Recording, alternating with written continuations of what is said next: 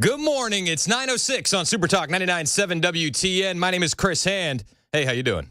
Show's brought to you by Better Water LLC, water filtration systems, water softeners, betterwater.com. I am back. Thanks again to Brian Wilson for stepping in yesterday with a bit of a drive-by for us. I was down and out with the stomach bug. It is ripping through my house, and it's awful.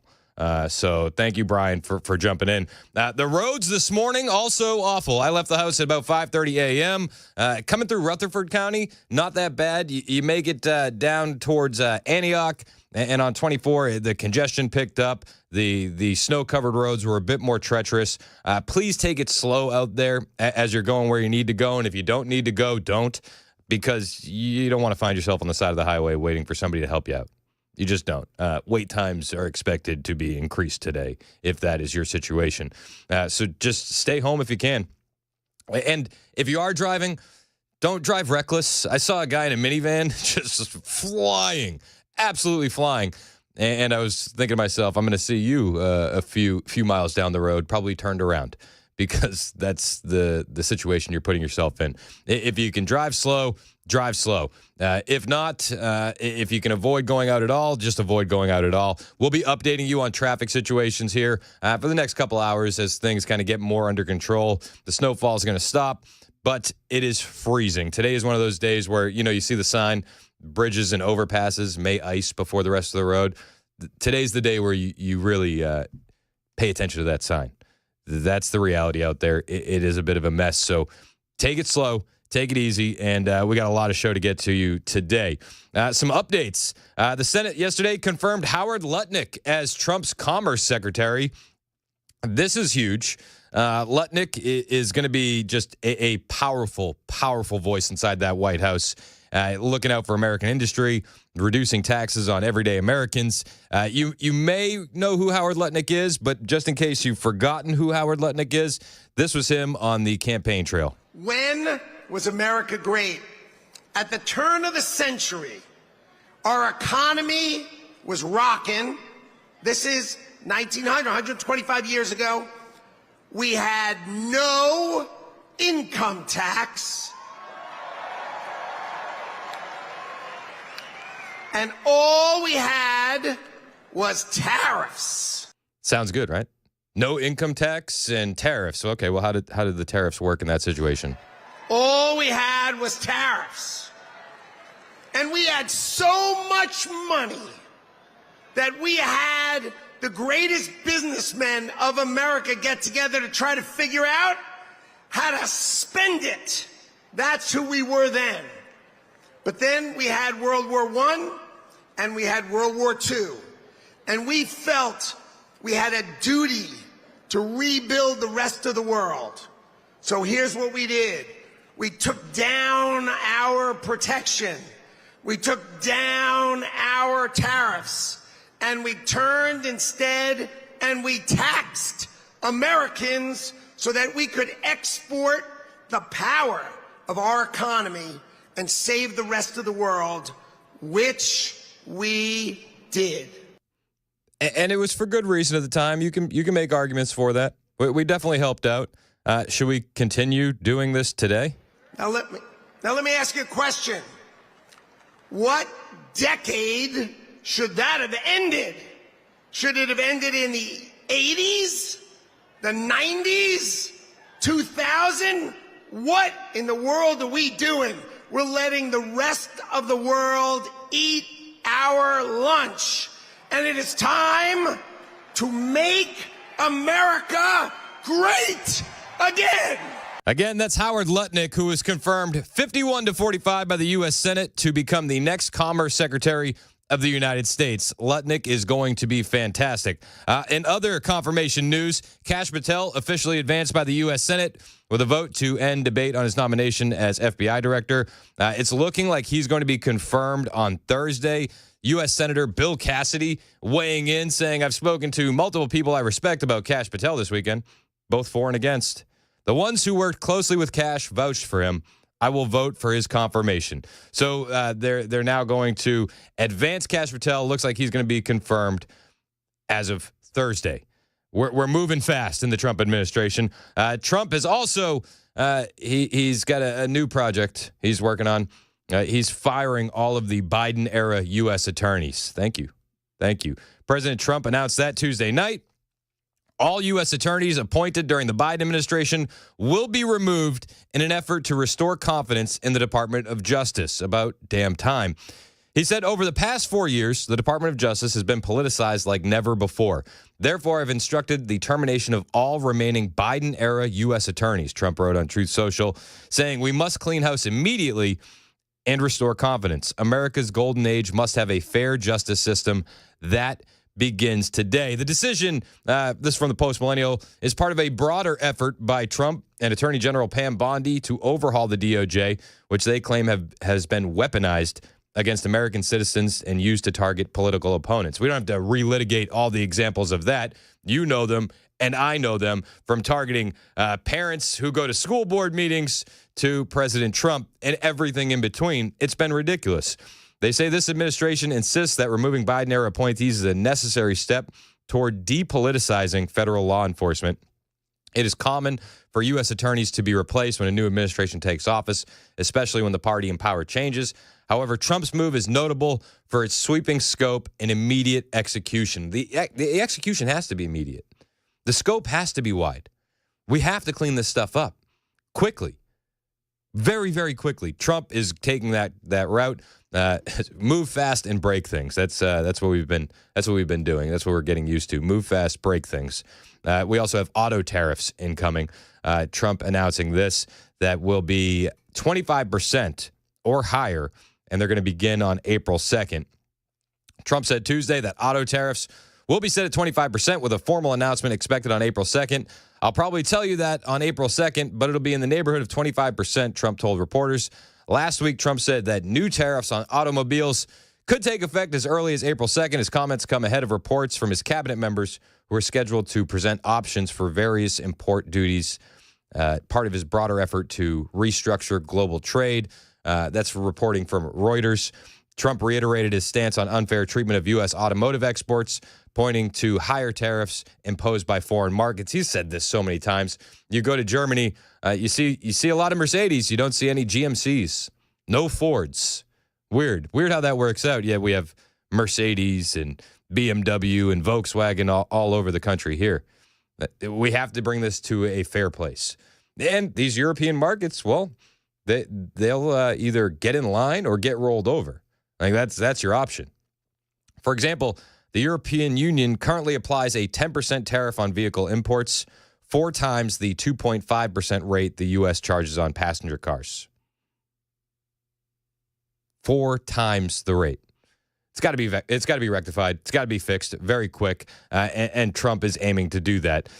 Also, we have a House budget proposal being advanced. This is exciting stuff.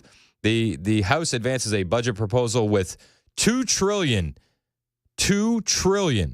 spending decrease and a plan to extend Trump tax cuts. This is from the Post-Millennial as well. House GOP has advanced a budget resolution with $2 trillion in cuts to government spending, along with a plan to extend the 2017 Trump tax cuts and increase funding for both border security and defense by $300 billion. So we'll have $2 trillion in cuts, yet border security and defense will go up by $300 billion. That's fantastic. According to The Hill, the one big, beautiful bill that President Trump has called for was advanced last Thursday by the House Budget Committee, clearing the first legislative hurdle to be considered for a vote on the floor of the lower chamber. The resolution includes a target of cutting government spending by $2 trillion, as well as extending those tax cuts and increasing border and defense spending by $300 billion. However, they say there have been tensions growing with the Senate and House GOP on how to accomplish some of Trump's goals, many of which are included in the budget resolutions, the outlet reported. They say this week in a Senate vote, it's expected on the Senate GOP's own budget proposal, which has a split spending resolution into 2 parts to then be pushed through via budget reconciliation.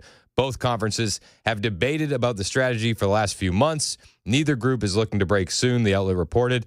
House GOP Chair Lisa McClain out of Michigan said on Fox News, What the budget resolution does is merely unlock the ability for us to go into committees to do budget reconciliation, to make transformational change like the president talked about, and implement his full agenda. And I'm confident the House Republicans will carry through on that agenda, not only for the president, but for the American people. The Senate GOP, however, not thinking similarly and is bringing the budget resolution to the floor this week and is pushing a two-track strategy as opposed to the one big, beautiful bill from the House GOP.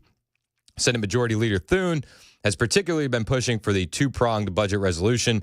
Thune has attempted to collaborate with House Speaker Mike Johnson, but he is reportedly in a difficult position where he's at. The lower chamber out of session this week. Senate Republicans believe now is the time to get moving within Trump's first 100 days in office. We'll see where that goes.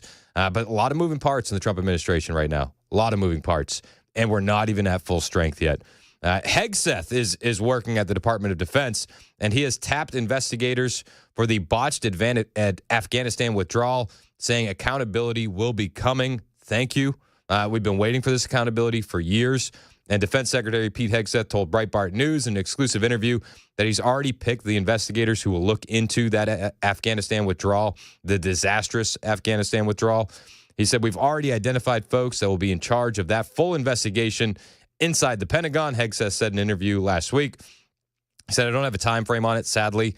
We've already waited 2.5 years, 3 years since what occurred. I don't want to wait longer, but I always want to get it right, he said.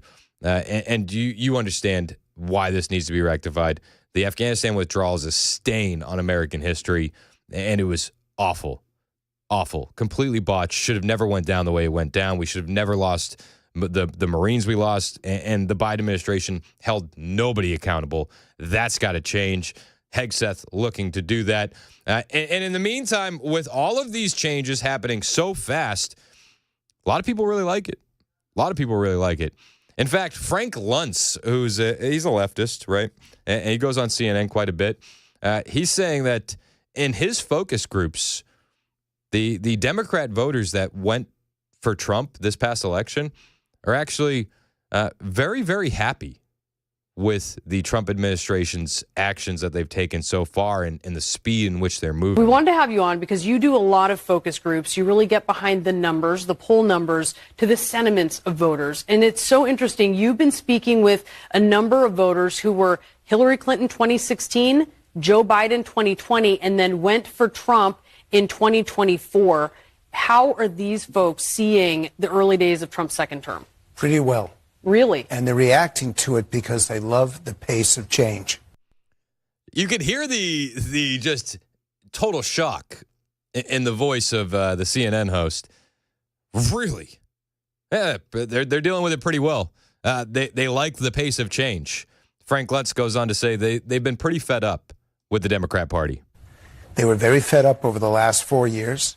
They wanted action. They wanted results. They looked at prices. They looked at affordability, looked at immigration, and they didn't see anything happening. They still don't like what he says, but they like what he does. And these are Democrats now who felt that they were not securing the border.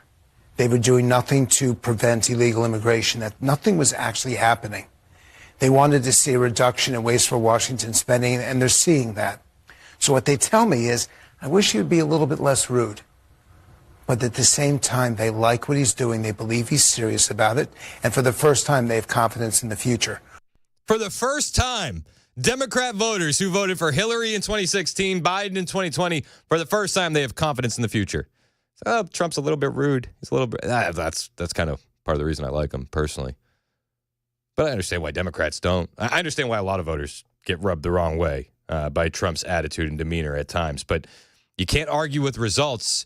And it seems like since Trump's taken office, results have been incoming. And you can point to Elon and DOGE. You can point to some of these cabinet appointments by Donald Trump, but results are incoming. Elon, Trump, they sat down with Hannity last night. Heck of an interview. I got the highlights for you on the way. Hang out with us, 921 on Super Talk, 99.7 WTN.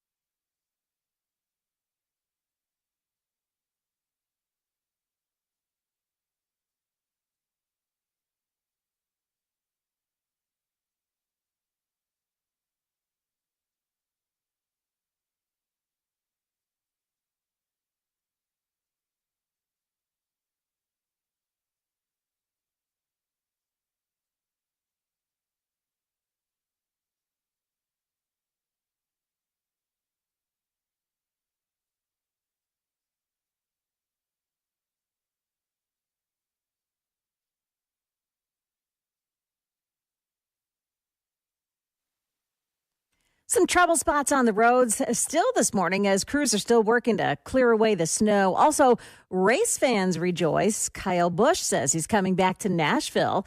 Those stories coming up at 9:30 on Super Talk 99.7 WTN. Thank you, Joan Jones. 26 minutes past the hour on Super Talk 99.7 WTN. Show's brought to you by Better Water LLC, water filtration systems, water softeners, betterwater.com. So last night on Fox, on Hannity's show, I don't watch much Hannity, but I tuned in for this.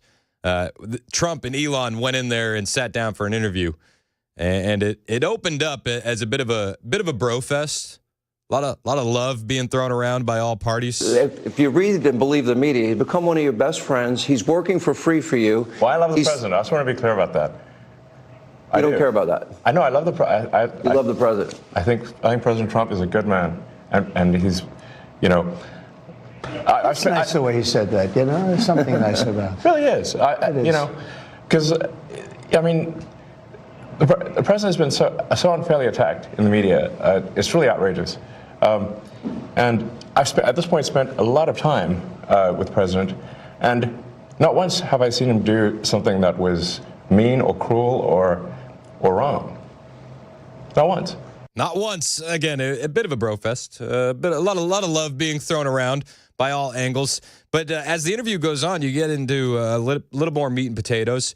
Elon actually said that he was planning to endorse Trump even before the assassination attempt, but that it was the assassination attempt that kind of sped things up for him in the regards to endorsing Donald Trump. No, I've known him for 30 years. Yeah. And I've never seen anybody take as much as he's taken. Yeah. And we've discussed this, and I'm like, how do you deal with it? Did I have a choice? Well, you would say that to me. I'm like, what am I going to do? Worry about it? And, you know, and then culminating in 2 assassination attempts, which resulted in your endorsement. Well, I was going to do it anyway, but that was it. Precipitating event, yes. That speeded it up a little bit? Yeah. The day of the assassination. I didn't know that. Yeah. It sped it up, but I was going to do it anyway. Sped it up, but I was going to do it anyway. Now, I don't know. I take that with a grain of salt. Were you really going to do it, or were you going to try to stay impartial? I don't know. I'm not going to go rewrite history here. Part of me wonders where that endorsement was in, a couple months before the assassination attempt. But hey, I'll take him at his word. But Musk is now serving at the behest of the president and getting a ton done. So whether he was going to endorse him or not, whatever. But he did. And now with the DOGE, the Department of Government Efficiency, we're seeing some real change in America. And it's happening very, very quickly. And the left will rail against this and say Elon has access to our personal information. And Elon has pushed back against that many, many times, saying, well, I had access to it at PayPal as well. And nobody seemed to care, and nothing happened. But he says now he's taken on the role of tech support for the president. Tech support. And I love the way he describes it. I'll bring you the rest of that interview with Trump, Elon, and Hannity on the way. Plus, we'll go through some of the latest from DOGE, including 4 minutes of President Trump bringing the receipts to the American media. They'll probably ignore those as well. It's 9:30 on Super Talk 99.7 WTN.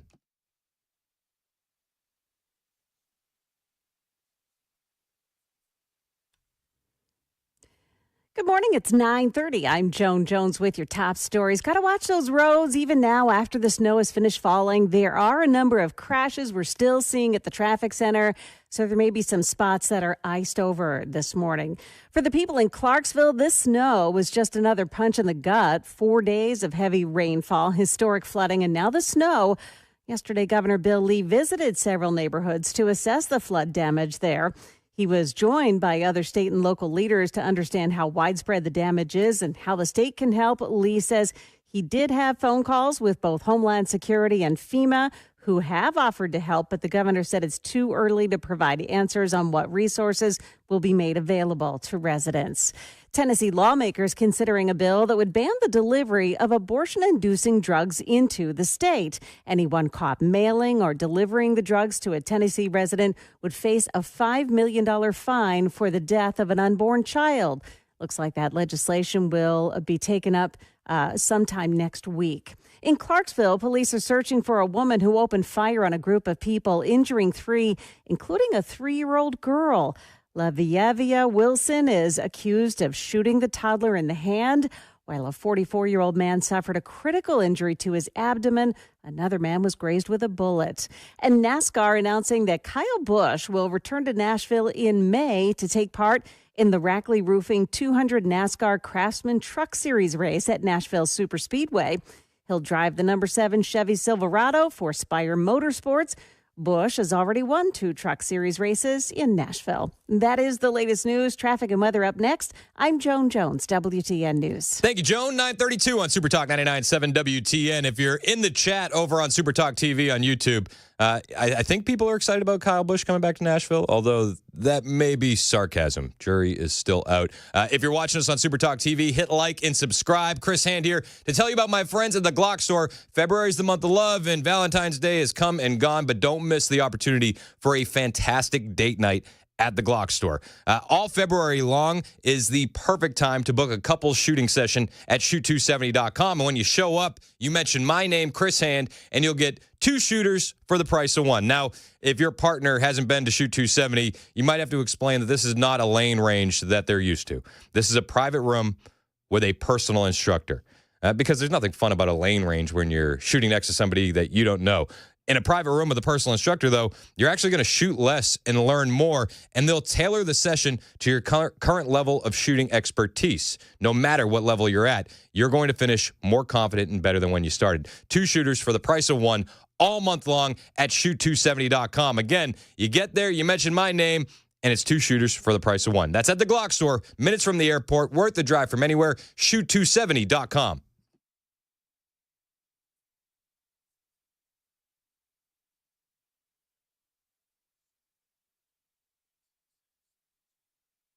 Did you know you're overpaying for your health and wellness products?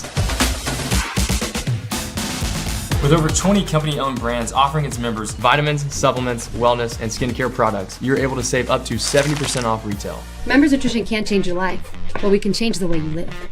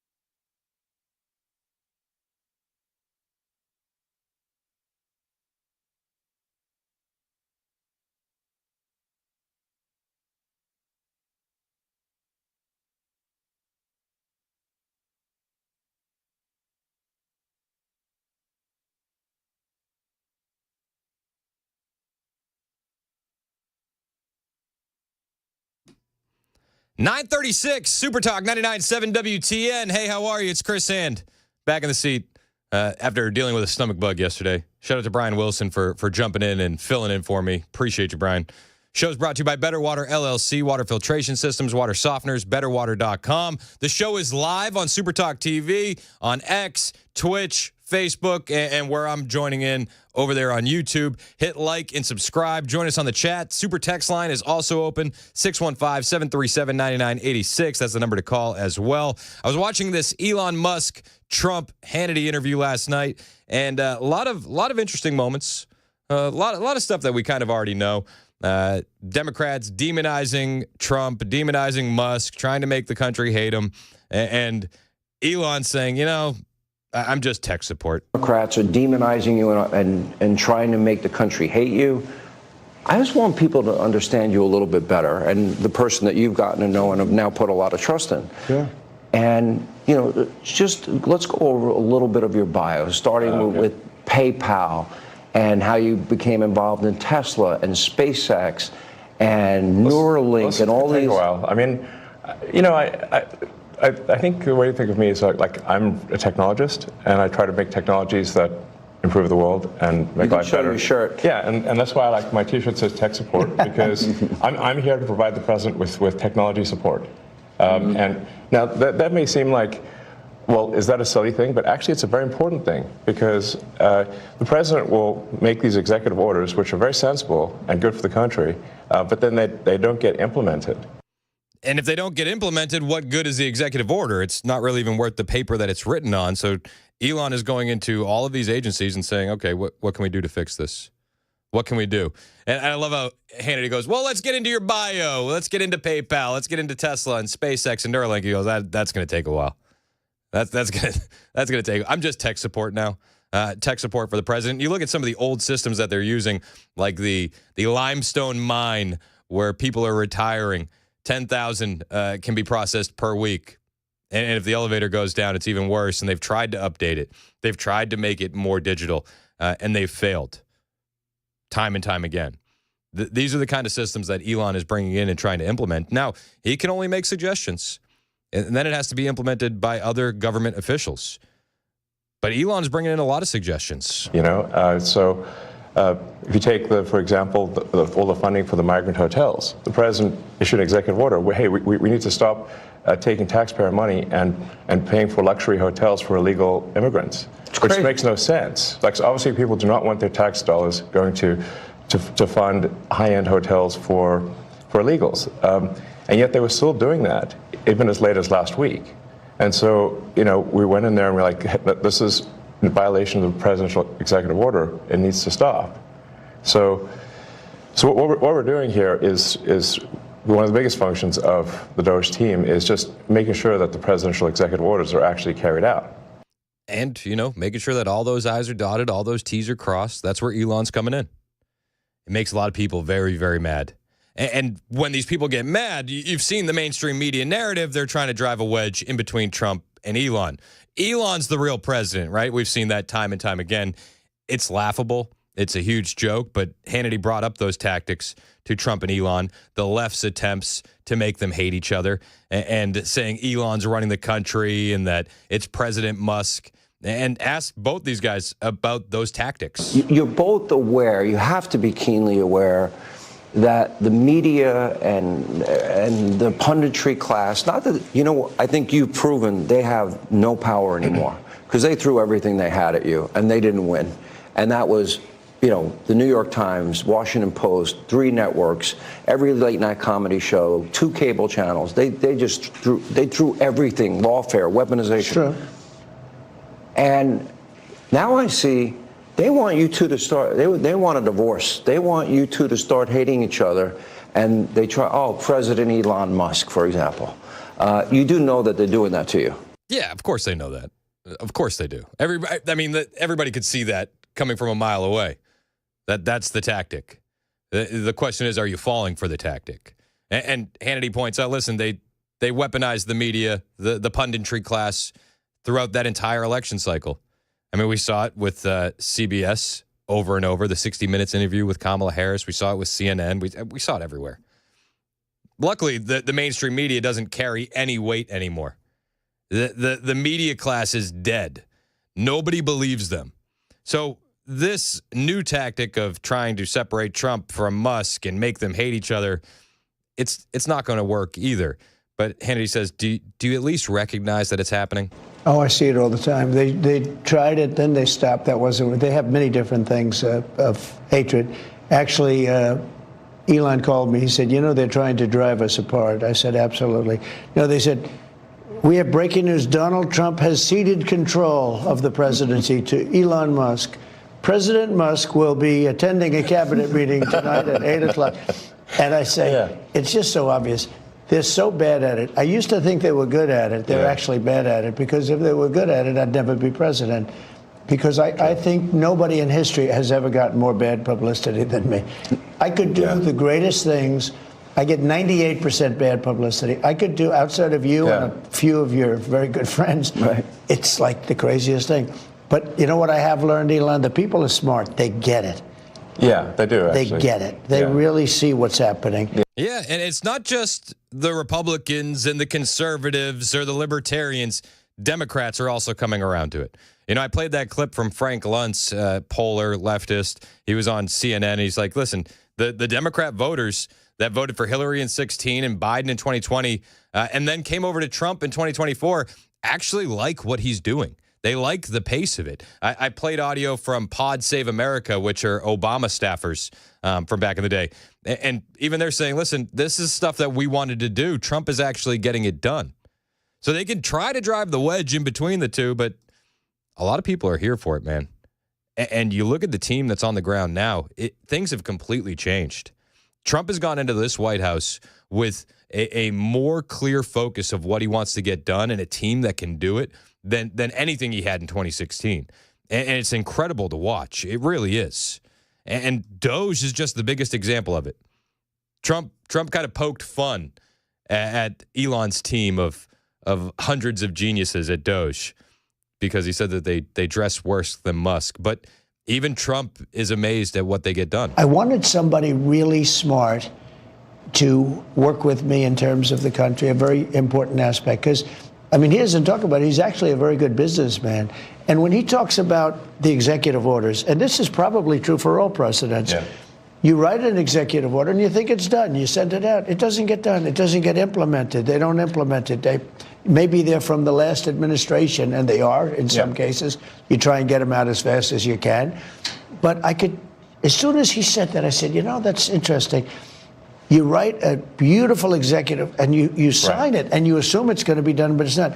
What he does is he takes it, and with his 100 geniuses, he's got some very brilliant young people working for him that dress much worse than him, actually. Yeah, they dress in just T-shirts. You wouldn't know they have 180 IQ. Wait a minute. So he's your tech support. No, he is. I actually literally am tech more support. than that. I literally am tech support, though. But he gets it done. He's a leader. Yeah. He really is. He gets it done. You get a lot of tech people, and you have people that are good with tech, but he gets it done. I said in real estate, you had guys that would draw beautiful renderings of a building, and they'd draw the rendering. It would be great. And you say, great, when are you starting? But they were never able to get it built. They couldn't get the financing. They couldn't get the approvals. It would never get done. And then you have other guys that are able to get it done. Yeah, and Elon and Trump, they're getting it done. Now, listen, we do have a snow emergency here in Middle Tennessee. I know the roads are a bit of a mess. Malinoff is going to update us on the status of the roads currently as they stand in Middle Tennessee. Where are the biggest issues happening, Jeff? Right now in Humphreys County, we have a whole section of the road is closed due to an accident. That's I-40 westbound between, let's see, make it this, Linden, Waverly, exit 143, and Cuba Landing, exit 137. Closer to the downtown Nashville area. In Antioch, we have an accident with the right lane blocked, I-24 westbound, Harding Place, exit 56, and another accident that is left lane blocked is I-24 westbound at Clarksville and Trenton Highway, exit 1. Okay. Well, I appreciate the update. A whole section of 40 is closed. Yeah, but that's down in Humphreys County. It's not around the Nashville area, but people listening are probably around that area. Yep. Avoid I-40 westbound if you're in Humphreys County. Huge mess. If you can avoid the roads today, avoid the roads. Stay at home. Turn the fireplace on. Watch us on Super Talk TV over there on YouTube. Hit like and subscribe while you're there. Donald Trump, Elon Musk, and Hannity. They could just get it done. I was in real estate. Same thing in this. he gets it done. So when he said that, he said, when you sign these executive orders, a lot of them don't get done, and maybe the most important ones. And he would take that executive order that I'd sign, and he would have those people go to whatever agency it was. When are you doing it? Get it done, get it done. And some guy that maybe didn't want to do it, all of a sudden, he's signing. He just doesn't want to be bothered. Yeah, listen, they're in the business of getting things done. We haven't seen government work like this. And honestly, I haven't seen government work like this in my entire lifetime. Ever. It's time for the government to be useful to us again. You have to do it. You can't look at a presidential executive order and say, I'm not going to implement it. No. There has to be a checks and balances, and the DOGE team is saying, no, knocking on the door. Hey, you got to get this done. When are you doing this? The president signed this. When are you doing it? Now, we need this. The American people need this. And we're getting big wins. We're getting big wins. Judge Tanya Chutkin, a name that you were very familiar with, surprisingly upheld DOGE's data access and ability to implement mass layoffs. So this happened yesterday. U.S. District Judge Tanya Chutkin. I keep wanting to say Chanya Tutkin. It's Tanya Chutkin. She denied a request from 14 state attorney generals to issue a restraining order temporarily blocking DOGE from firing federal employees and accessing data from around half a dozen agencies. She said that the states had failed to show immediate irreparable harm and how that would result from the pause not being issued, and noted that the court cannot act based on media reports. Gotta love it. Said plaintiffs asked the court to take judicial notice of widespread media reports that DOGE has taken or will soon take certain actions such as mass terminations, Chutkin wrote, adding that these reports can't substitute for specific facts in an affidavit or a verified complaint that clearly show that immediate and irreparable injury, loss, or damage will result. That's a breaking story from yesterday. There will be more updates as we continue. But these guys are well within their rights to do what they're doing. And Trump has empowered them to get it done. We're witnessing the era of get bleep done. Trump and Elon are at the forefront of that.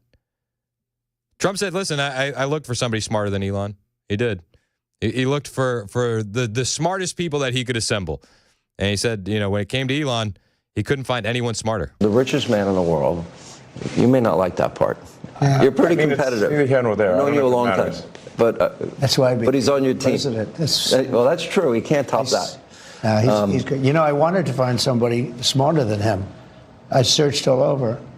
I just couldn't do it. Yeah. I couldn't. You really tried hard. I couldn't find anyone smarter, right? So we had it for the country. But this is the thing. We settled on this. Well, guy. thanks for having me. I love it. I tried to find somebody smarter. We just couldn't. So I settled for this guy. The guy that can land rockets back after he's launched them. That guy. The guy with the self-driving cars. We settled. We settled for Elon. It's a good settle. I'll take it. But the conversation shifted from Trump derangement syndrome to Musk derangement syndrome, and they talked with Hannity about that.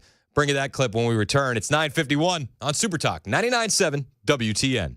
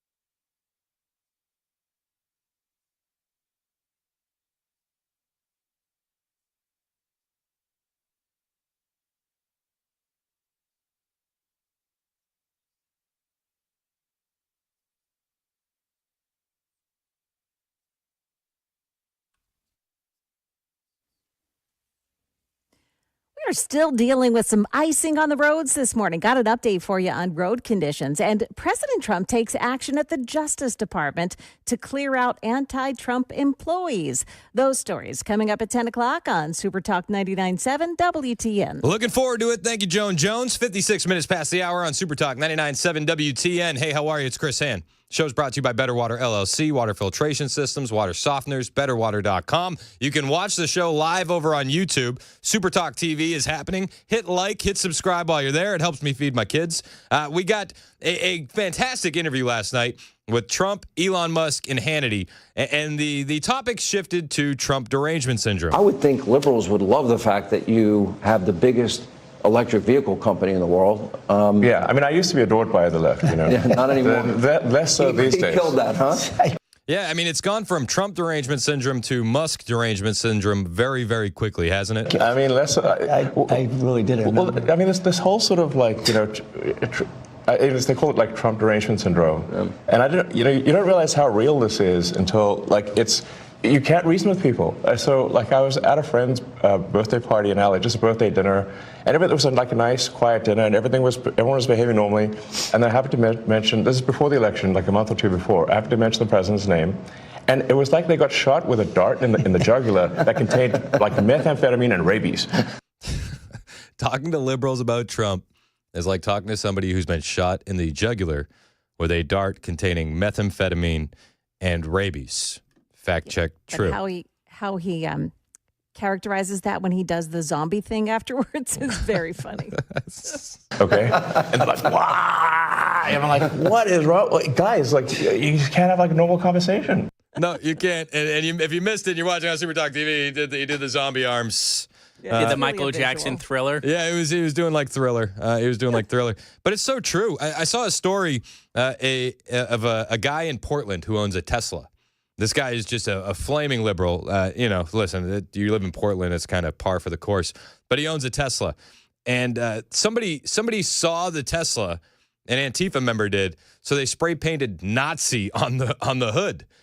And the guy even has a bumper sticker on the Tesla that says, "I bought this before Elon went crazy." And this is the current state of the left. The guy said he could have used the money that he used to fix the spray paint and donated it to the DNC. And even went as far as say, I would have took to the streets to protest with the Antifa member. But this is the insanity of the left currently in America. These people are they're lost. That's just the simplest way I can put it. They are so lost. And now Elon wants to come in and he wants to clean up some of this corruption, some of the fraud, some of the waste, some of the abuse. Shouldn't every American be cheering for this? You would think every American would cheer for this. No? No, you'd rather spend $10 million in taxpayer dollars for voluntary circumcision in Mozambique? Woo! Hey, I don't know anybody that signs up for that. Honestly, I feel like that's $10 million wasted. Or transgender comic books in Peru. I've mentioned that one a lot because it's actually my favorment. Do we have a title for that comic book? Do we know the comic? You should Google that. Find out the title for that. I'll find it. I don't want to say any that come to mind. I'd rather wait for the real title. But I have some ideas. President Trump yesterday at a press conference spent over 4 minutes laying out some of those crazy price tags for programs like the $10 million for voluntary circumcisions in Mozambique. And no mainstream media coverage of it. I didn't see a recap on ABC or CBS or NBC. But we'll bring a recap for you right here on WTN when we return. It's 10 o'clock on Super Talk 99.7 WTN.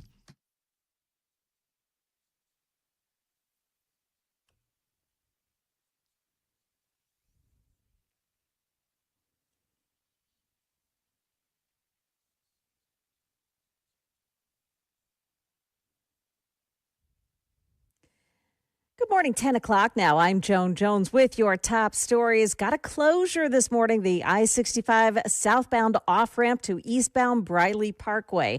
That's exit 90B. It's a crash there involving multiple tractor-trailer trucks that got stuck on that ramp, and now the off-ramp there is blocked off.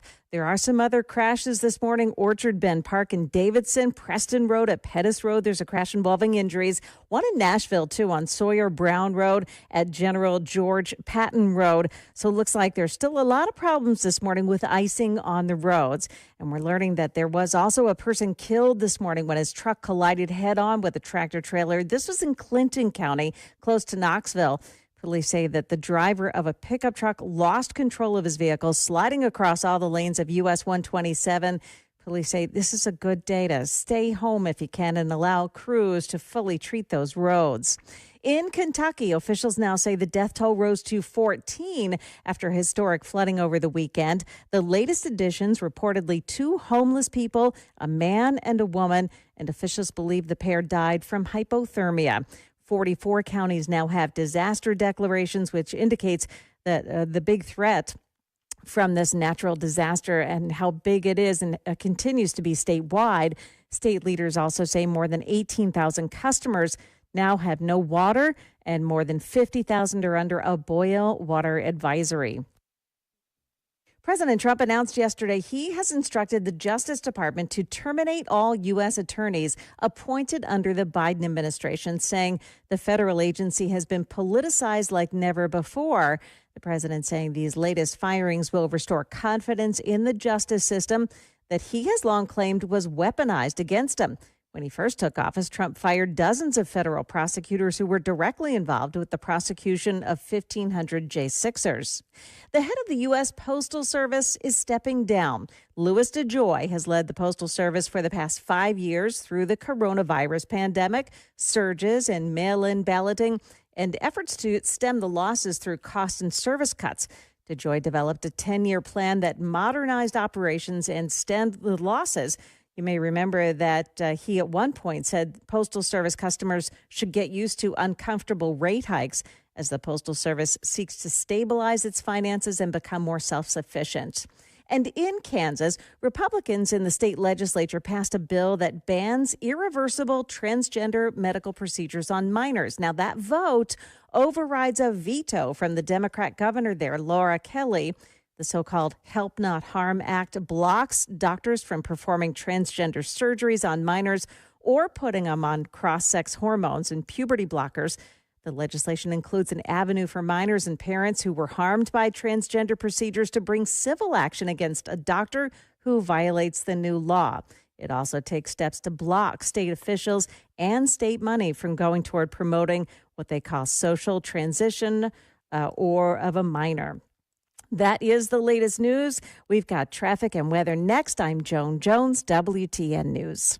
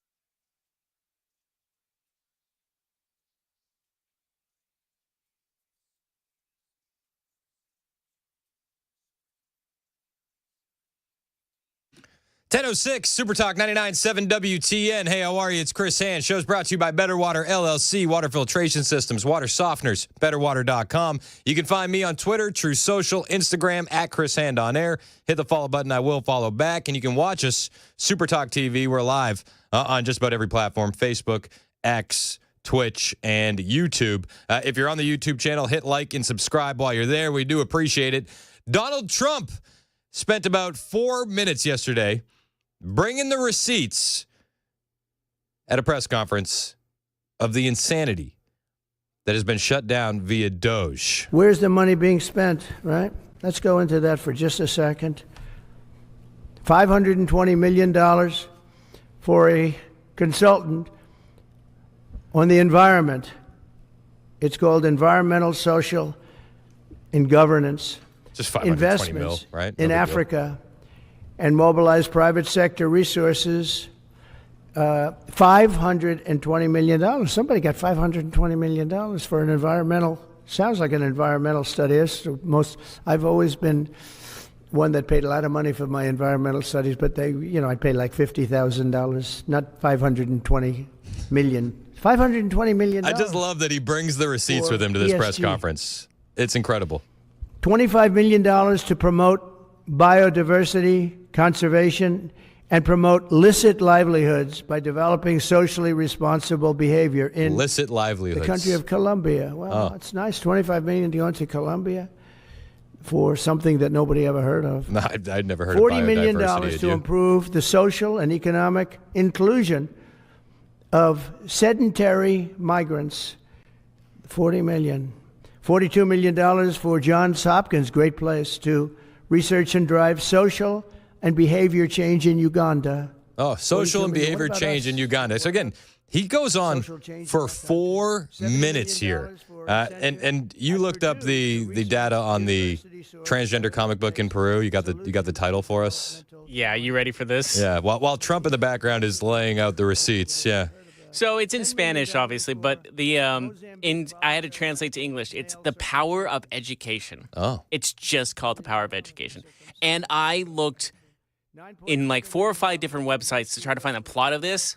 Could not find a thing. This is for the transgender comic book in Peru. Correct. Yep. I could not find a single plot point in that book. The first issue is in 2021, and I swear to God, it's Harry Potter. The cover looks like a cheap knockoff of Harry Potter. It's the old bait and switch. Yeah, it's a kid in a red robe, glasses, and a book with like magic coming out of it. What else could that mean? Yep. Transgender magic. $14 million for improving public procurement in Serbia. Oh, yeah. Who wouldn't want to improve public procurement? $486 million to the Consortium for Elections and Political Process Strengthening, including $22 million for inclusive and participatory political process in Moldova, and $21 million for voter turnout in India. Well, why are we giving $21 million to India? They got a lot of money. They're one of the highest taxing countries in the world in terms of us. We can hardly get in there because their tariffs are so high. I mentioned the $21 million for voter turnout in India the other day. It's like, I just don't care about India's voter turnout. I don't really care about any country's voter turnout. I don't think that should be something that we spend our tax dollars on. I think it's absolutely ridiculous. I'm glad Trump brought the receipts to this. This stuff has to stop. It has to. Trump could keep going all day, I'm sure. I have a lot of respect for India. I have a lot of respect for the Prime Minister. He just left, as you know, 2 days ago. But we're giving $21 million for voter turnout. It's voter turnout in India. Who cares? Who cares about India's voter turnout? What about, like, voter turnout here? Oh, we've done that, I guess. We did $500 million, didn't we? It's called the lockboxes. $20 million for fiscal federalism in Nepal.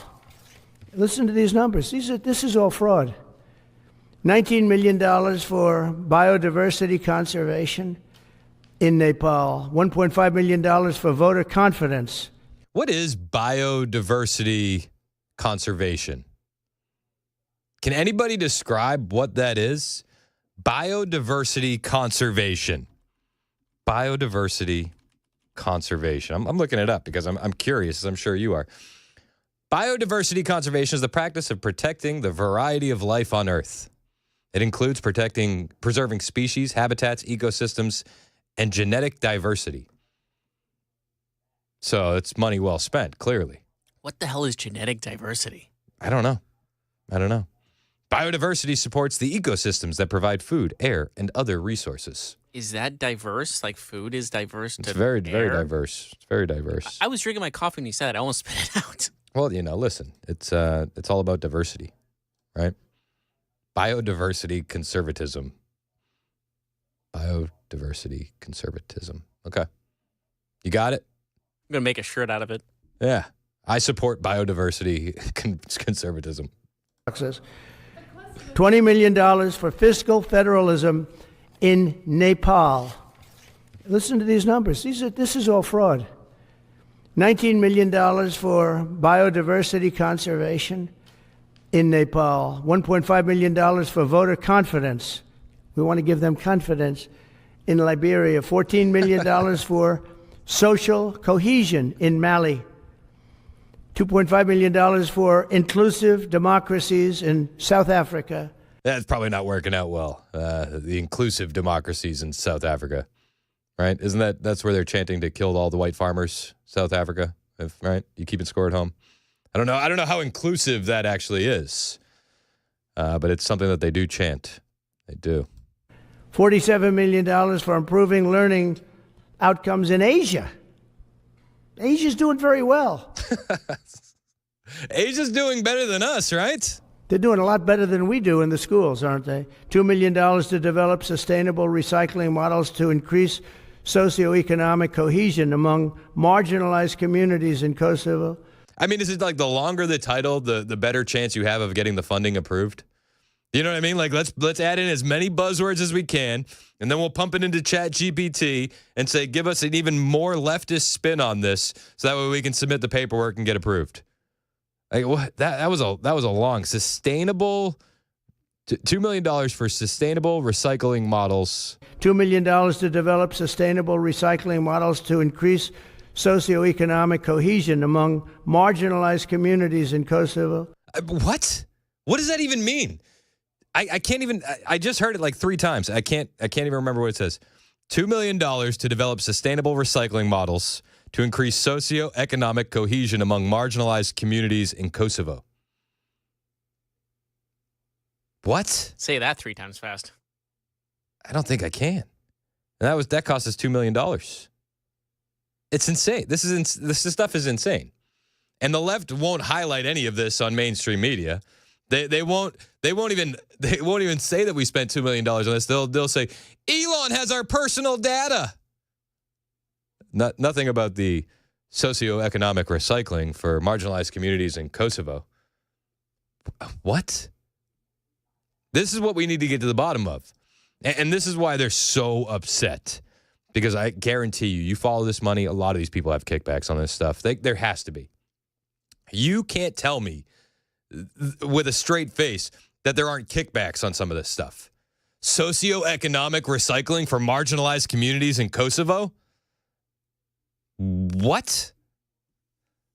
It doesn't make any sense. It never made any sense. It's 10:15 on Super Talk 99.7 WTN. We are going to check the roads. I understand that there is a lot of snow on the ground, making things a bit slippery out there for a lot of people. What's the latest that we have on the roads, Jeff? So I-40 westbound at Humphreys is that whole area is closed due to an accident. That is between Linden, Waverly, exit 143, and Cuba Landing, exit 137. I-24 westbound still has an accident. That's Clarksville, Trenton, exit 1. That has the left lane blocked. And we have, let's see, Madison, we have a new one. Crash with the off-ramp blocked. That's I-65 north, southbound the off-ramp to eastbound Briley Parkway, exit 90B. So, yeah, all of the highways right now have accidents to them. Yeah, you just got to take it slow, man. Take it slow. No sudden movements, no jerking the wheel, no slamming the brakes. Keep it gentle. If you have a car with all-wheel drive, make sure you're careful. But if you don't, just try to stay off the road. Yep. And if you got rear-wheel drive, put some heavy stuff in the trunk. Do that. All right, so we got President Trump following through on his promises to cut some of this waste, making a lot of people mad. Yet this was one of the promises he made to get elected. Press Secretary Carolyn Leavitt lays all that out. And they were Fox. promising the American people the very same things that President Trump promised the American people, won the election on, and now is actually delivering on. That's the only difference between what President Trump is doing and what these Democrats have promised the American people for decades. He's actually following through on the promise to cut federal government waste, fraud, and abuse. And this is the first president to actually do such a thing, and the Democrats are up in arms about it. But our country is going bankrupt, and President Trump is not going to sit back and allow it to happen. No, and he shouldn't. Again, he promised to do this. People are upset at him because apparently socioeconomic recycling for marginalized communities in Kosovo is a program that we can't do without. But he promised on cutting this stuff. He promised us this. And people are upset about it. I don't understand why they're upset. Can anybody explain to me why they're upset about it? Stephen Miller was talking about the lack of celebration from the left. This is on CNN. And again, Carolyn Leavitt said it there. There is a lack of celebration from the left. You would think that they would want to get the spending under control, but it's like anything Trump does, they have to go the opposite way, right? They're so tribalist in this nature. But Clinton wanted to do this. Obama wanted to do this. You heard the Obama staffers on the Pod Save America podcast where they're like, we wish we could have gotten some of this done. We wish we could have. There's little fragments of truth out there from the left, but nowhere near the mainstream narrative is the fact that this is a good thing. Stephen Miller was on CNN with, I forget who it is, but he's on CNN, and he says, where's all the celebrating for the fact that we're saving Americans billions of dollars? They're not just saving conservatives billions of dollars. They're saving you radical leftist progressives billions of dollars too. The American people are exhausted and tired of watching their tax dollars be corruptly spent, abused, wasted, and in every sense robbed and stolen from them. This president, for the first time in history, is committed to restoring accountability at every level of the federal government. You may assert there's no waste in the Pentagon. You may assert there's no waste in Stephen, Treasury. I'm not you may asserting, assert there's no waste in HHS. Stephen, I don't think anyone... Then why are you not celebrating these cuts? If you agree there is waste, if you agree there is abuse, if you agree there is corruption, why are you not celebrating the cuts, the reforms that are being instituted? Every day that no action is taken, the entire salaries of American workers that are taxed disappear forever. Stephen, let's calm down. Stephen, let's calm down. Stephen. Socioeconomic recycling programs for marginalized communities in Kosovo is a much-needed project. Stephen, calm down. But she says, listen, nobody's arguing that there isn't waste. She's like, well, why aren't you championing these cuts that are being made? Well, it's because of the guy that's doing the cuts, obviously. We're not having a debate. There's no reason about whether there are places. You are clearly trying to debate me, and I will be as excited as I want to be about the fact that we are saving Americans billions of dollars, that we are ending the theft and waste and grift and corruption, that we are stopping American taxpayer dollars from subsidizing a rogue federal bureaucracy that has been relentlessly weaponized against the American people. Okay, you may Stephen, not care about I'm this not issue. Talking about your colleagues may not care about this issue. But we care about this issue. The American people care about this issue. They also care about privacy. And the American public overwhelmingly supports what President Trump is doing. They also care about privacy. Again, switching it back to the narrative, Elon is in your private data. This is ridiculous. It's a ridiculous narrative. It's the only narrative they seem to have to play right now. And even judges that don't like Trump, like Tanya Chutkin, have said he's allowed to go in. He's allowed to check it out. Deal with it. Deal with it. You can be upset. You can be angry. But Elon, Trump, they're doing what needs to be done. I'm not here to debate that there's no fraud or waste, Stephen. It's like, okay. Then why aren't you championing what's happening? Why aren't you airing Donald Trump bringing the receipts to the podium and laying it all out? You know exactly why. Orange man bad. Orange man bad. That's the only thing they have to lay on. And this is why the American people distrust mainstream media at the highest levels we've ever seen. DOGE wants more access. They want to get into Social Security data. And right as they try to get into that IRS data, a top official resigns. Guilty conscience, maybe, perhaps. We'll talk about it when we return. It's 10:21 on Super Talk 99.7 WTN.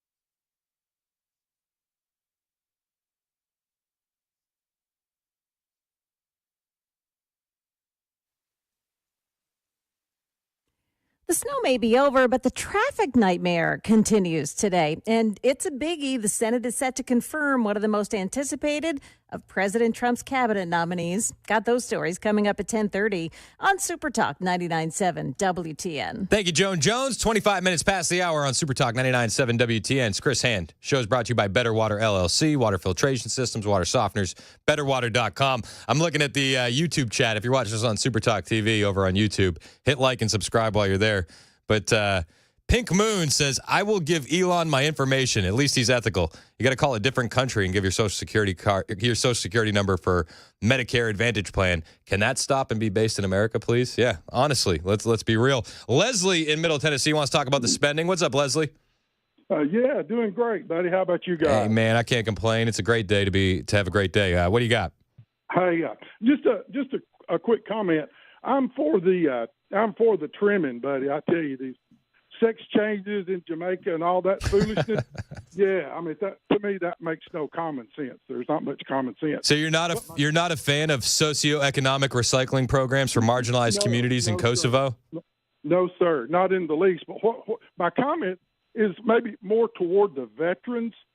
Okay, there's a lot of veterans that every year decide to commit suicide. Yes, sir. To get out of whatever issue they have. Okay, and I'm familiar with some things that's been going on locally. It's my understanding one of the therapists come into work the other day and was locked out of their computer system, and come to find out they had got axed. And it's my understanding they have about 20 veterans that they see on a regular basis. So, I mean, I'm all for cutting. I think that would be great.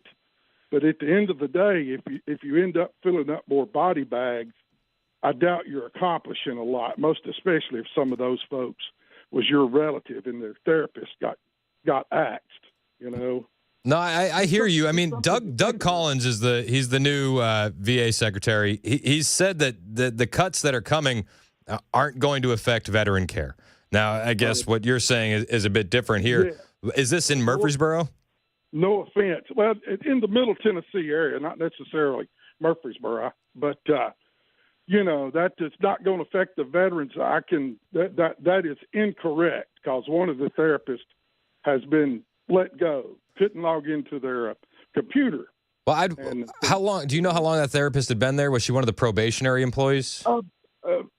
My understanding, around 2 years, something like that. Interesting. I would wonder if she was one of the probationary employees. They've gotten rid of a lot of probationary employees that were hired under the Biden administration. But I think no matter which way you cut it, getting rid of some of that top funding for bureaucrats and moving it back to the war fighters is the move. There's a lot of waste that I'm sure you could even attest to at the VA. Yes, I do agree. But again, buddy, if you got somebody that's teetering on biting a bullet, probably the worst thing you can do is DC their therapist. Yeah, no, I totally agree with that, Leslie, and I'm not even going to argue with that. The veteran suicide is way too high in this country. It needs to be fixed. Yeah, you're exactly right. The sex changes and all that stupidity, yeah, no problem, man. It needs been gone years ago. But now our veterans, buddy, they have took second fiddle for years and years, and now we're going to start cutting the therapist. Well, I mean, listen, without knowing more details on that employee and how many therapists are cut, I feel like it's tough to paint with a broad brush on that one. But I will tell you this, and I appreciate your call, Leslie. VA Secretary Doug Collins saying that he's going to guarantee nothing short of the highest quality of care to vets, and he wants to elevate the VA to new heights. Hey, everybody, it's Doug Collins. Wow, first day on the job. I want to thank President Trump for nominating me to be the 12th VA Secretary. I'm here in my new office. It's like most days. You know, it's a new start. I'm learning the ropes, learning where to go, who to see, even, probably trying to find the bathroom. But there's one thing I don't have to look for, and that's my mission here. My mission is for our vets. Our mission is that the VA will be so America First focused because America First puts our veterans first. That's what you're going to get from me. You're going to see me a lot here. I'm going to keep you up to date. We're going to be transparent because our veterans deserve nothing better. And to the veterans who work at the VA and the employees at the VA, you're not going to have a better friend than me, because I'm going to raise the bar, hold you accountable, because we have a job to do.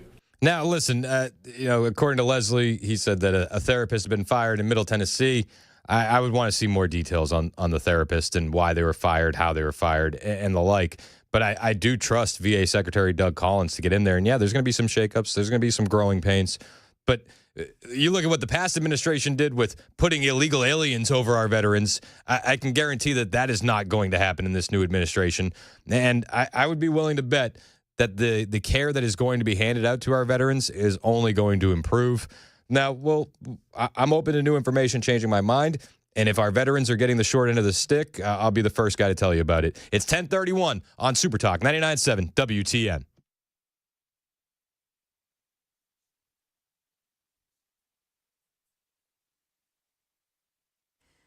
Good morning, 10:30 now, and I'm Joan Jones with your top stories. There are still so many problems on the roads this morning.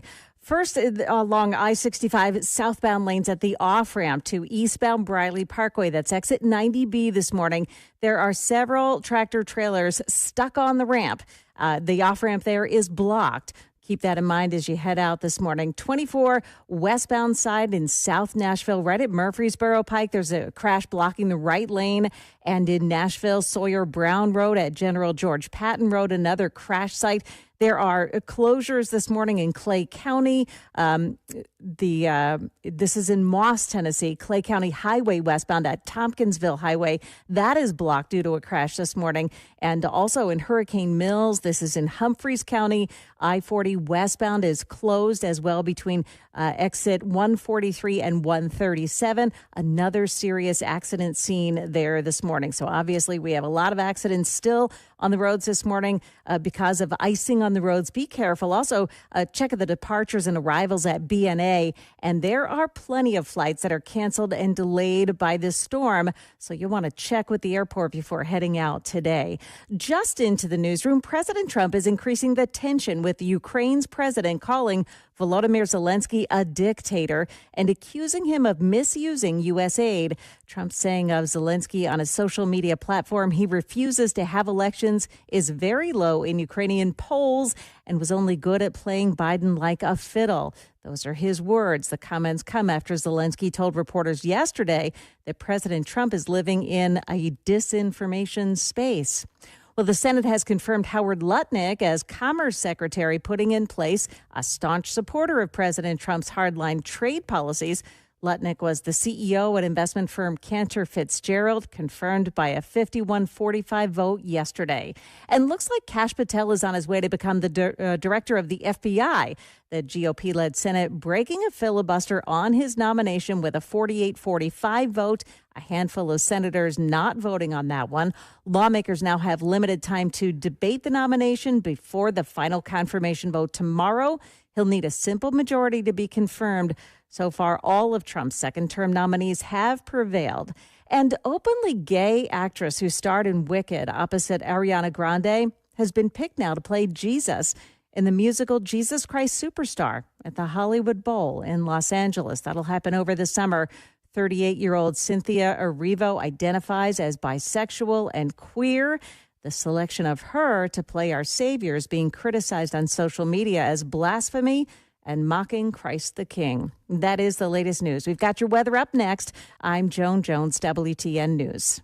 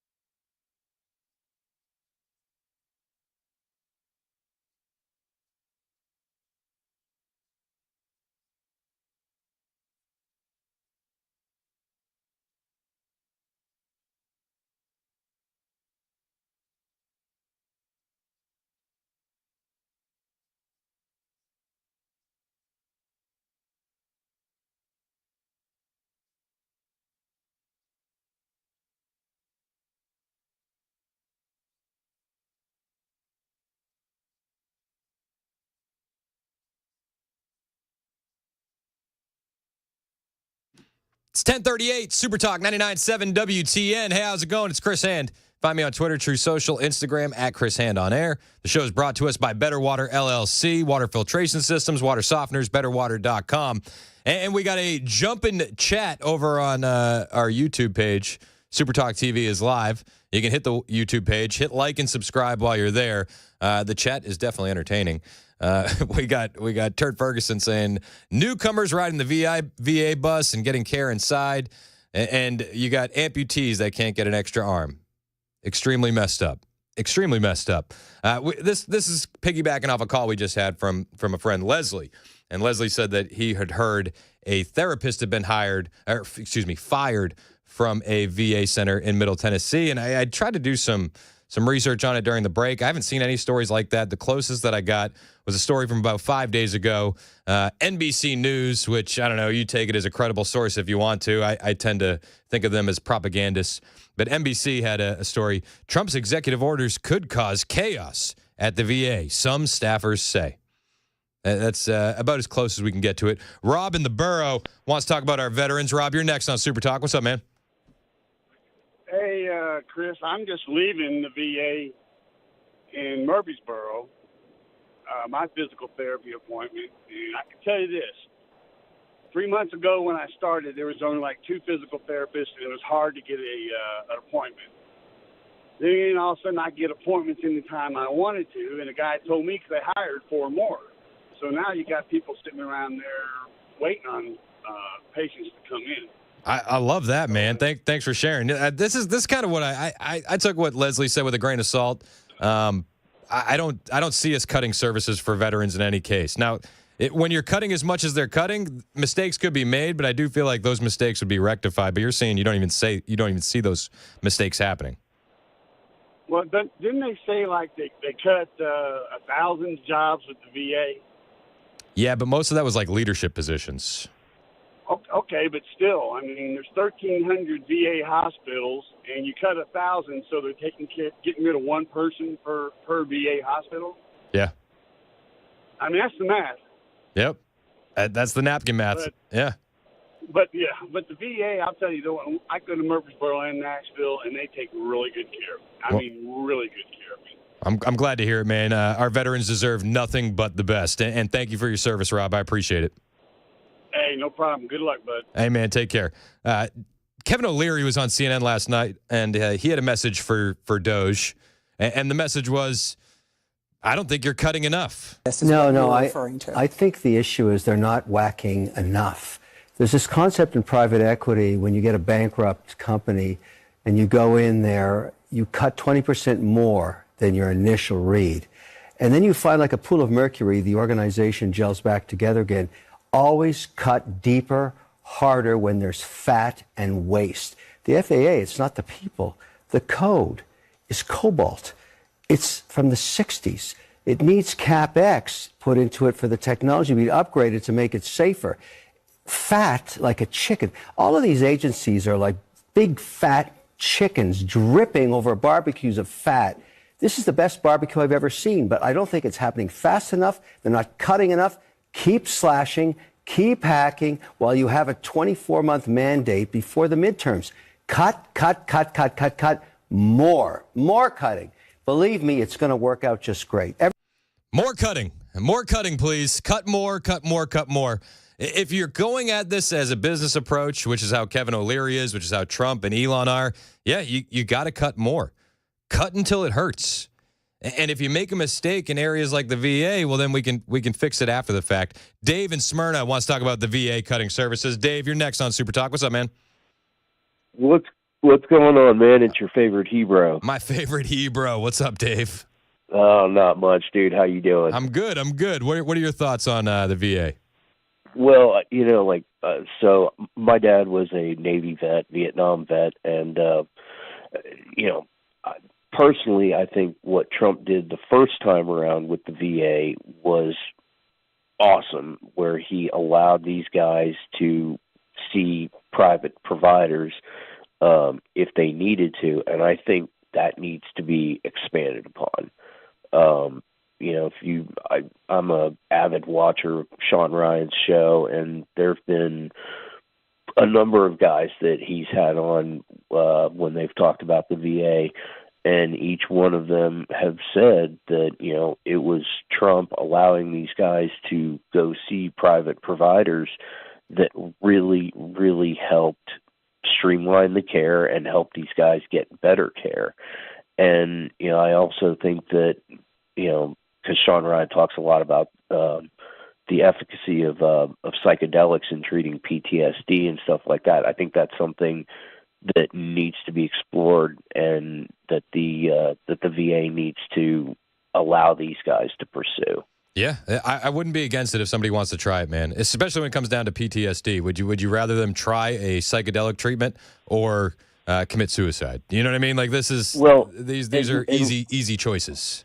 And we don't know, you know, like, they're handing these guys gallon Ziploc baggies full of pills, and God only knows what that's doing to them. Yeah. I mean, if you listen to guys like RFK talking about the SSRIs, that is essentially could be a suicide pill in and of itself. Exactly. So, you know, I really, if he can expand upon the good that he did in the VA his first time around, I think that would dramatic, because, you know, we owe these men and women nothing less. Yep, I completely agree. They have done everything we have asked them to, and, you know, in a lot of ways, at least certainly the last administration, we've disgraced them. So the least we can do is make sure that their care is the best possible. Yep, I'm with you 100%, Dave, and I appreciate your call. And I don't think Trump is going to do anything that would hurt the VA, at least not intentionally. And if mistakes are made, well, you fix them after the fact. But, you know, I tend to agree with Kevin O'Leary here. Find out what you can cut where, and then cut a little bit more. It's going to work out just great. Everybody should be happy people with the nuclear codes, cut them too.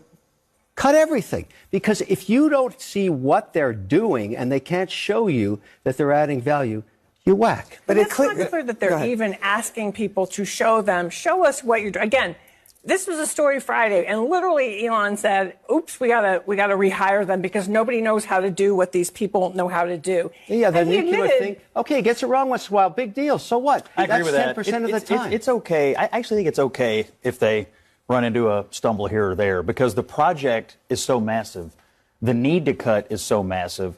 The government is so massive. It's inconceivable that you wouldn't make a mistake here or there. But I think that's acceptable if the greater goal is achieved, which is a smaller government, more efficient government. Even if someone, trim the fat. Even if someone dies, or even if someone, because are you alleging that someone has died from this? I mean, honestly, listen, I think the mistake CNN made here was having Kevin O'Leary and Scott Jennings on the same panel. Nobody else stood a chance. Yeah, keep cutting.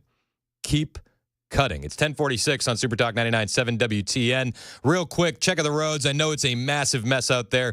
Malinoff has an update for us. Yes, sir. So right now, I-65 north, southbound, that off-ramp on eastbound Briley Parkway, exit 90B. That crash has the off-ramp blocked. Multiple tractor trailers stuck on that ramp. I think Joan Jones was talking about that during her newscast. Right now in South Nashville, we have a crash, the right lane blocked. That's I-24 westbound at Murfreesboro Pike, exit 52.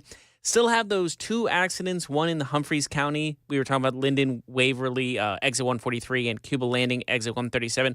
That is still closed. I haven't not seen anything of that changing. And then in Trenton, which is in Montgomery County, there's a crash with the left lane blocked. I-24 westbound at Clarksville and Trenton, exit 1.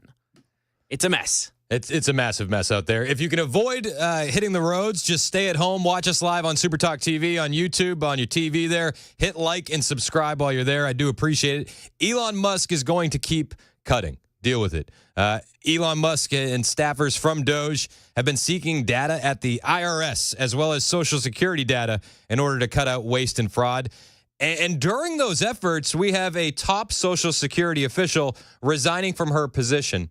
Now they say that she's doing this in protest. Oh, you know, standing in solidarity. We can't let Elon have access to this information. But I tend to think maybe this is like a guilty conscience and you're getting out of there before the bleep meets the fan. According to the Washington Post, the acting commissioner of the Social Security Administration, Michelle King, resigned from her role after she clashed with Musk over him and DOGE staff gaining access to sensitive Social Security records. In her place, Trump has appointed Leland Dudick as the acting commissioner as Trump's permanent choice Frank Bisignano is going through the nomination process in the Senate. President Trump has nominated the highly qualified and talented Frank Bisignano? I'm doing my best here. To lead the Social Security Administration, and we expect him to be swiftly confirmed in the coming weeks. In the meantime, the agency will be led by a career Social Security anti-fraud expert as the acting commissioner. President Trump is committed to appointing the best and the most qualified individuals who are dedicated to working on behalf of the American people, not to appease the bureaucracy that has failed them for far too long. And you got to get in on some of the Social Security stuff. I mean, Trump was talking about it yesterday. The amount of waste and fraud that is happening at Social Security is insane. Insane.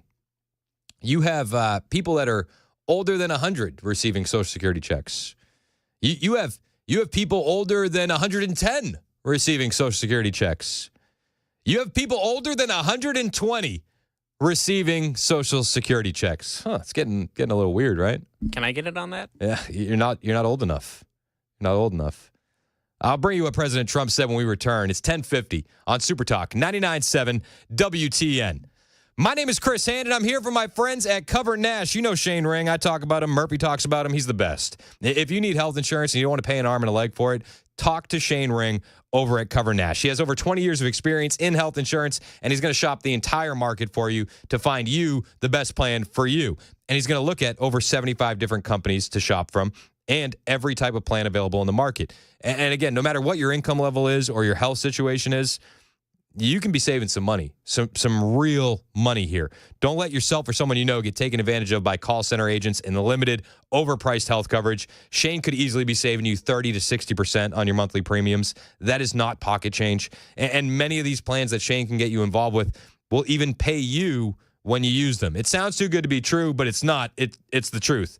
And Shane can break it all down for you. Give him a call today. Let him know that I sent you. And he'll explain to you this entire process. 615-465-0023, or you can hit his website, covernash.com. The phone number, one more time for Shane Ring, is 615-465-0023. It's time for you to get a quality health plan managed by you, not the government, covernash.com.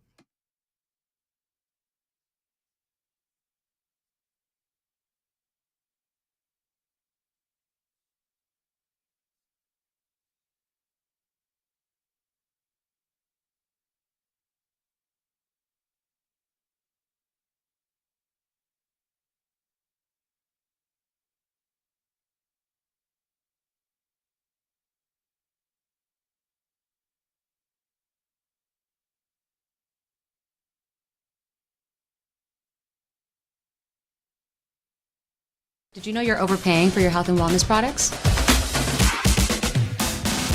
With over 20 company-owned brands offering its members vitamins, supplements, wellness, and skincare products, you're able to save up to 70% off retail. Members Nutrition can't change your life, but we can change the way you live.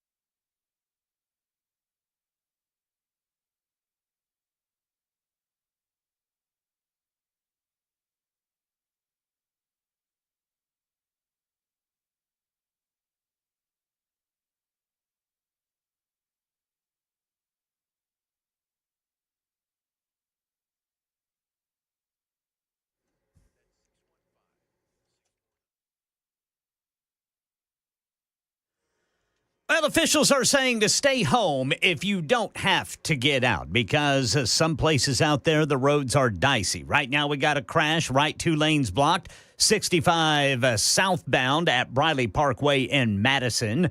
We've got, looks like 24 westbound at Clarksville-Trenton Highway, left lane blocked by a crash there.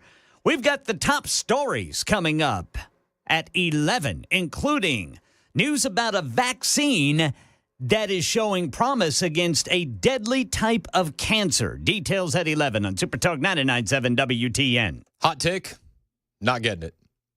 It's just me. Just me. Okay. How was your ride in, Ken? Dude, it was dry. 24 was dry as a bone until Laverne. I saw the same thing. Rutherford County, they were on top of it. Yeah. Now I know snowfall totals may have affected that, but it's like as soon as you got to that line in the sand, it got way messier. Yeah, the left 2 lanes at 24, they were still ice covered whenever, I got to Laverne. And then you just take it slow. People were able to travel in those lanes. They were taking it some of them were taking it slow.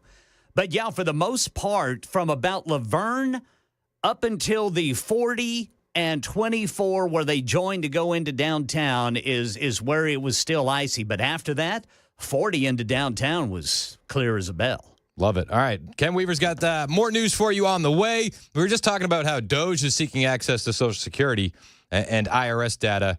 And, coincidentally, as they look for that access, a top Social Security official has resigned. Can't let Elon get his hands on that data. It's like, well, why would they be nervous about that? President Trump has some ideas. But look at this. From 90 to 99, Social Security, 6,054,000 people. Well, that's okay. Maybe that's possible. 90 to 99, maybe it's possible. It's a lot of people, though, at that. But people that live to 100 to 109, 4,734,000. Wow, that's a lot. That means over 100 years old. They have 4 million people. I don't know too many. I know people that are doing great in their 90s, but not too many people over 100. But over 120, from 120 years old, people that are 120 years old up to 129, 3,472,000 people. Wow. That's weird. So receiving Social Security checks, people on the Social Security rolls from 120 to 129 years old, 3,472,000 people. That's strange. It's a little suspect, isn't it? But wait, there's more. Oh, that can't possibly be because the record is like, I think it's one person, a woman, lived to 127, but they have 3,472. Okay, but now we're going really in. People from 130 years old to 139-year-old, 3,936,000. We have 3,936,000 people on the Social Security rolls that are aged between 130 and 139. I don't know. I'm not an expert in medical and in health. I'm not. But it seems like the math just ain't mathin' here. Wow. I wonder if people are getting paid with all this. I mean, are these checks, and that's what we're checking right now. People from 140 years old to 149 years old, 3,542,000, 140 years old and beyond. Now we're really going because we're looking to break the record by 25 years. People from 150 years old to 159 years old, 1,345,000. These are by the way, these are in the computer files. This is what they do well. They're super. I asked Elon, who are these DOGE people? He said they're super brilliant computer people and they love the country. That's what we need. Now, are these people receiving checks? I mean, these are the questions that we have. Where are the checks going? Oh, we can't let Elon look at our personal sensitive data, especially in that all-important buying demo of 130 to 139 years old, right? That would be wild. We can't let him look at this. Well, he's going to look. He's going to look. Deal with it. They're looking at a lot of stuff. A lot of stuff happening at once with DOGE. The Treasury access symbol. This is an identification code linking Treasury payments to a budget line item. Well, it turns out in the federal government that Treasury access symbol was an optional field for $4.7 trillion in payments, and it was often left blank, and it made these payments essentially untraceable up until over the weekend. Now that field is required. We'll talk about that a little bit when we get back. Plus, how much could getting rid of paper checks save the country per year? All that and more. Hang out with us. It's 11 o'clock on Super Talk 99.7 WTN.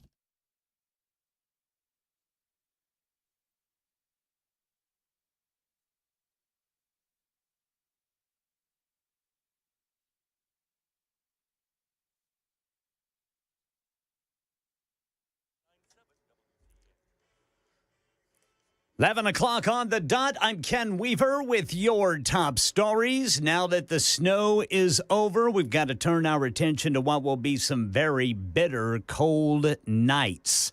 Full forecast and a traffic report coming up as well because it does warrant. In fact, let's just get to it right now. We've got 65 northbound at Briley Parkway in Madison. The right two lanes are blocked by a crash. We've got 440 eastbound off-ramp to go southbound on 65. Just a couple of places there here in Nashville where probably some slick spots contributed to those crashes. Now, Channel 4 just reported there have been nearly 50 injury crashes reported within the past 24 hours here in Middle Tennessee. 61 crashes last night alone in Clarksville, 14 of which were with injury.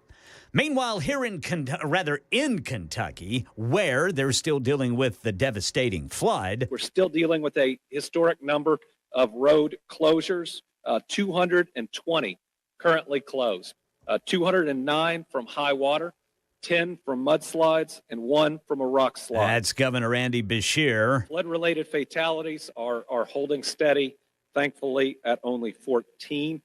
We don't believe that we have missing persons at the time. Meanwhile, in our nation's capital, South Carolina, state lawmaker Brandon Guffey testifying about losing his teen son to suicide after he was allegedly scammed by a man in Nigeria recently extradited to the U.S. Sometimes God sends you down a path that you never thought you would be on. In July of 2022, I lost my oldest son, Gavin Guffey, to suicide. Experts say predators target teens by getting them to share explicit photos online. This is Committee Chair Chuck Grassley. Even though technology brings amazing opportunities for education and growth, it also opens doors to new dangers that we must confront. National Center for Missing and Exploited Children receives 100,000 reports to its cyber tip line every single day. A report says mRNA vaccines are showing promise in pancreatic cancer early trials. Fewer than 13% of people live more than 5 years after that diagnosis. In this small trial, half of the participants mounted a lasting immune response against their cancer cells, according to medical experts involved. That's the latest news. Weather is next. I'm Ken Weaver, WTN News.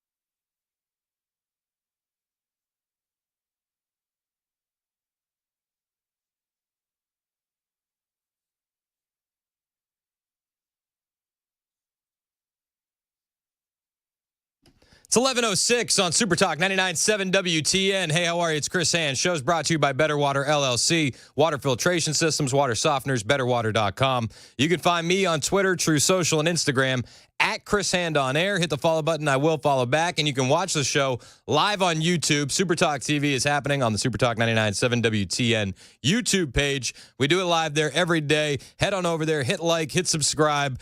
We thank you for it in advance. Elon Musk is doing his best to cut spending at the federal level. And he had a grave warning last night during his interview with Trump and Hannity saying, listen, we're $36 trillion in debt. And if we don't change things now, financial collapse is inevitable. How much do you think you've identified waste, fraud, abuse, corruption at this point? And again, we're going to be scrolling this throughout the program.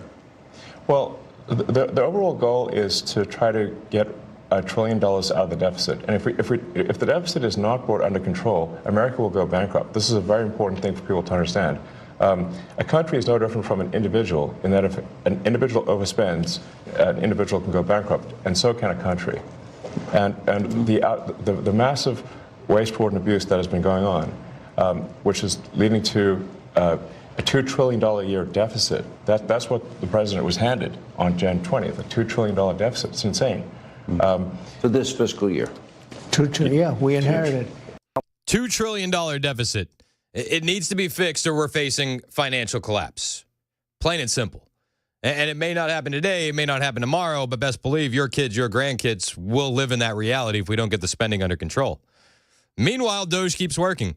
And the Treasury Department sent $4.7 trillion of payments without an identification code that links a Treasury payment to a budget line item, DOGE announced on Monday, making the payments almost impossible to trace. This is what your federal government has been doing with your tax dollars. We don't know what they've been doing because they're not traceable. DOGE said the identification payment code, called TAS for Treasury Access Symbol, is now required as of this weekend to increase the insight on where the money is actually going. It hadn't been mandatory. It was optional, this code. So you had money going out the door and you couldn't track it. That's insane. Fox News reported on the importance of the TAS payment code, saying, according to the Bureau of Fiscal Service, which is under the Treasury, TAS codes are used to describe any one of the account identification codes assigned by the Treasury and is also referred to as the account. All financial transactions made by the federal government are classified by TAS when reporting to the Treasury and the Office of Management and Budget. The discovery was announced on the same day DOGE appeared to have populated the doge.gov savings page, which as of Monday evening said the total estimated savings since the establishment of DOGE total about $55 billion. But this is huge. This is what we need. We need to know where our tax dollars are going. And they're saying this is a major improvement in Treasury payment integrity going live. Elon Musk posted on X. This is a combined effort of DOGE, U.S. Treasury, Federal Reserve. Nice work by all. The absence of the code was discovered during a DOGE audit of the Treasury Department to find and cut waste, fraud, and abuse. Imagine what else they're going to find. Imagine when they get into the Pentagon. Imagine when they get into Social Security. This should be day one stuff. You want to be able to conduct an audit, you need to know where the money's going.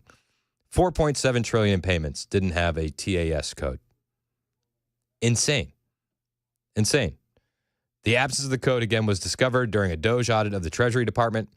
Democrats opposed the audit on the grounds that DOGE, a department within the federal government, should not have access to taxpayer-sensitive data. Attorney generals from 14 states sued. They were essentially shut down by Judge Tanya Chutkin. And they say this is not some roving ban. This is methodical and is going to yield big savings, Treasury Secretary Scott Bessent said in a Bloomberg TV interview last week about DOGE's audit. They're going to keep going. The hand-wringing, the yelling, deal with it. It's a show by the Democrats. And I wonder if it's because they're worried about their kickbacks. They're worried about the kickbacks. DOGE also found that if they got rid of paper checks, they could save a lot of money.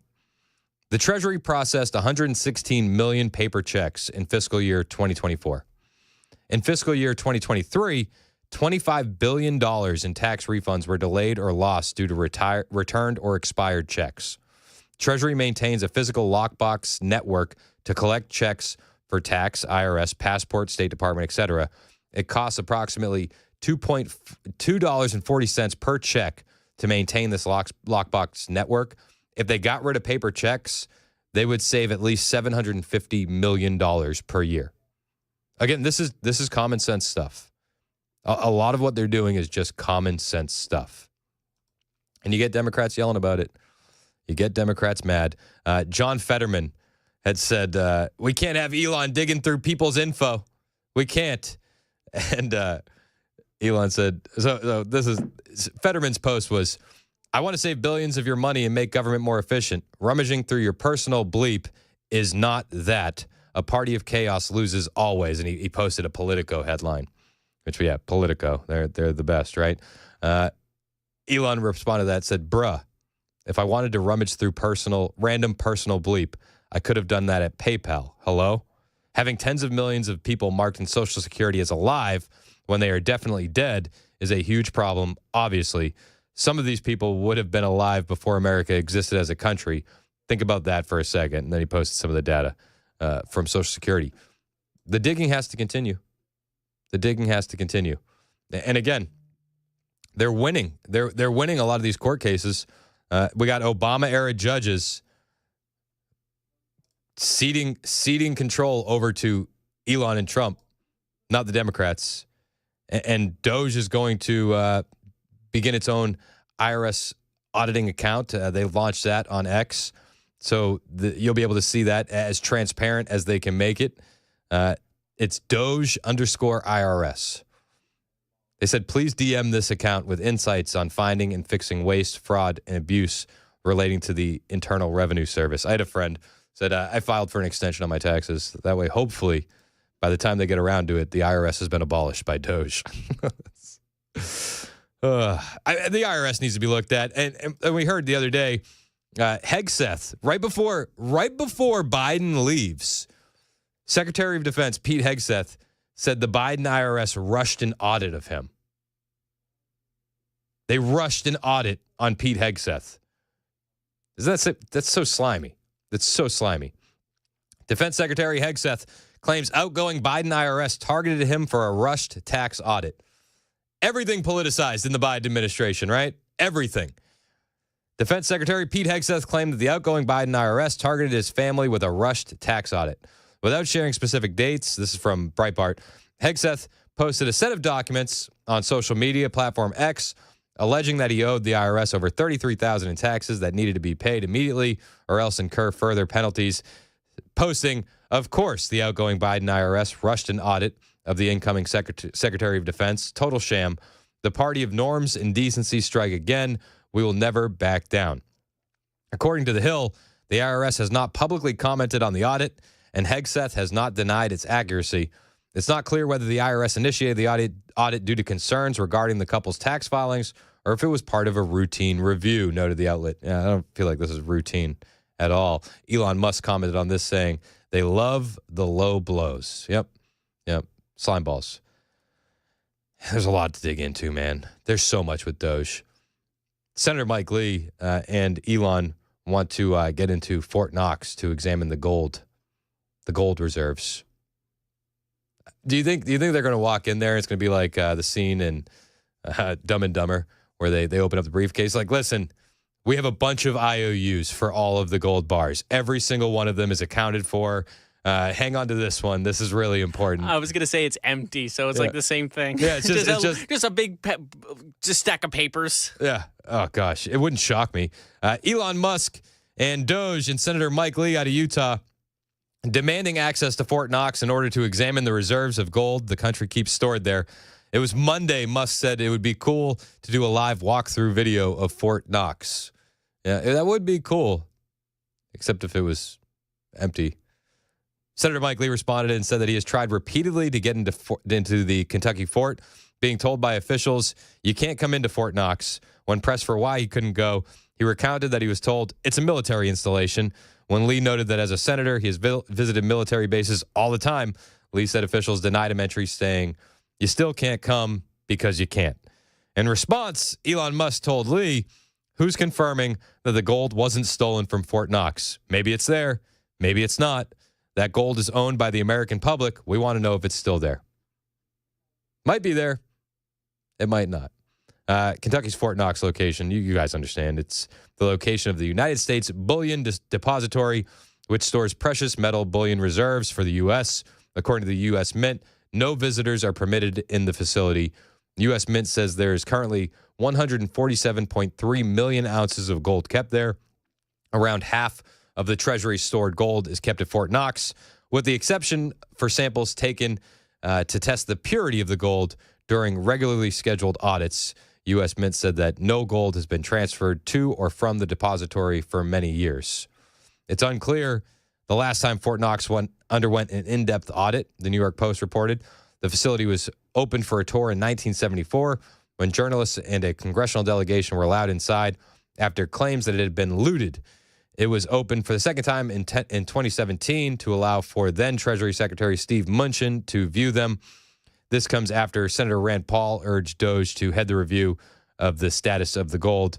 And on Saturday, X-Account Zero Hedge wrote, "It would be great if Elon could take a look inside Fort Knox just to make sure that the 4,580 tons of U.S. gold is there. Last time anyone looked was 50 years ago in 1974. Surely it's reviewed at least every year." To which Paul responded, "Nope, let's do it. Nope, let's do it. Let's go look into the gold. Can we?" Would it shock you? Would it shock you if all the gold was gone? It wouldn't. Like Live for Your, was it Die Hard with a Vengeance? Remember they went after it? Same thing. Just a hole in the ground. It's all gone. Just a stack of IOUs. Meanwhile, leftists are handling this very, very well.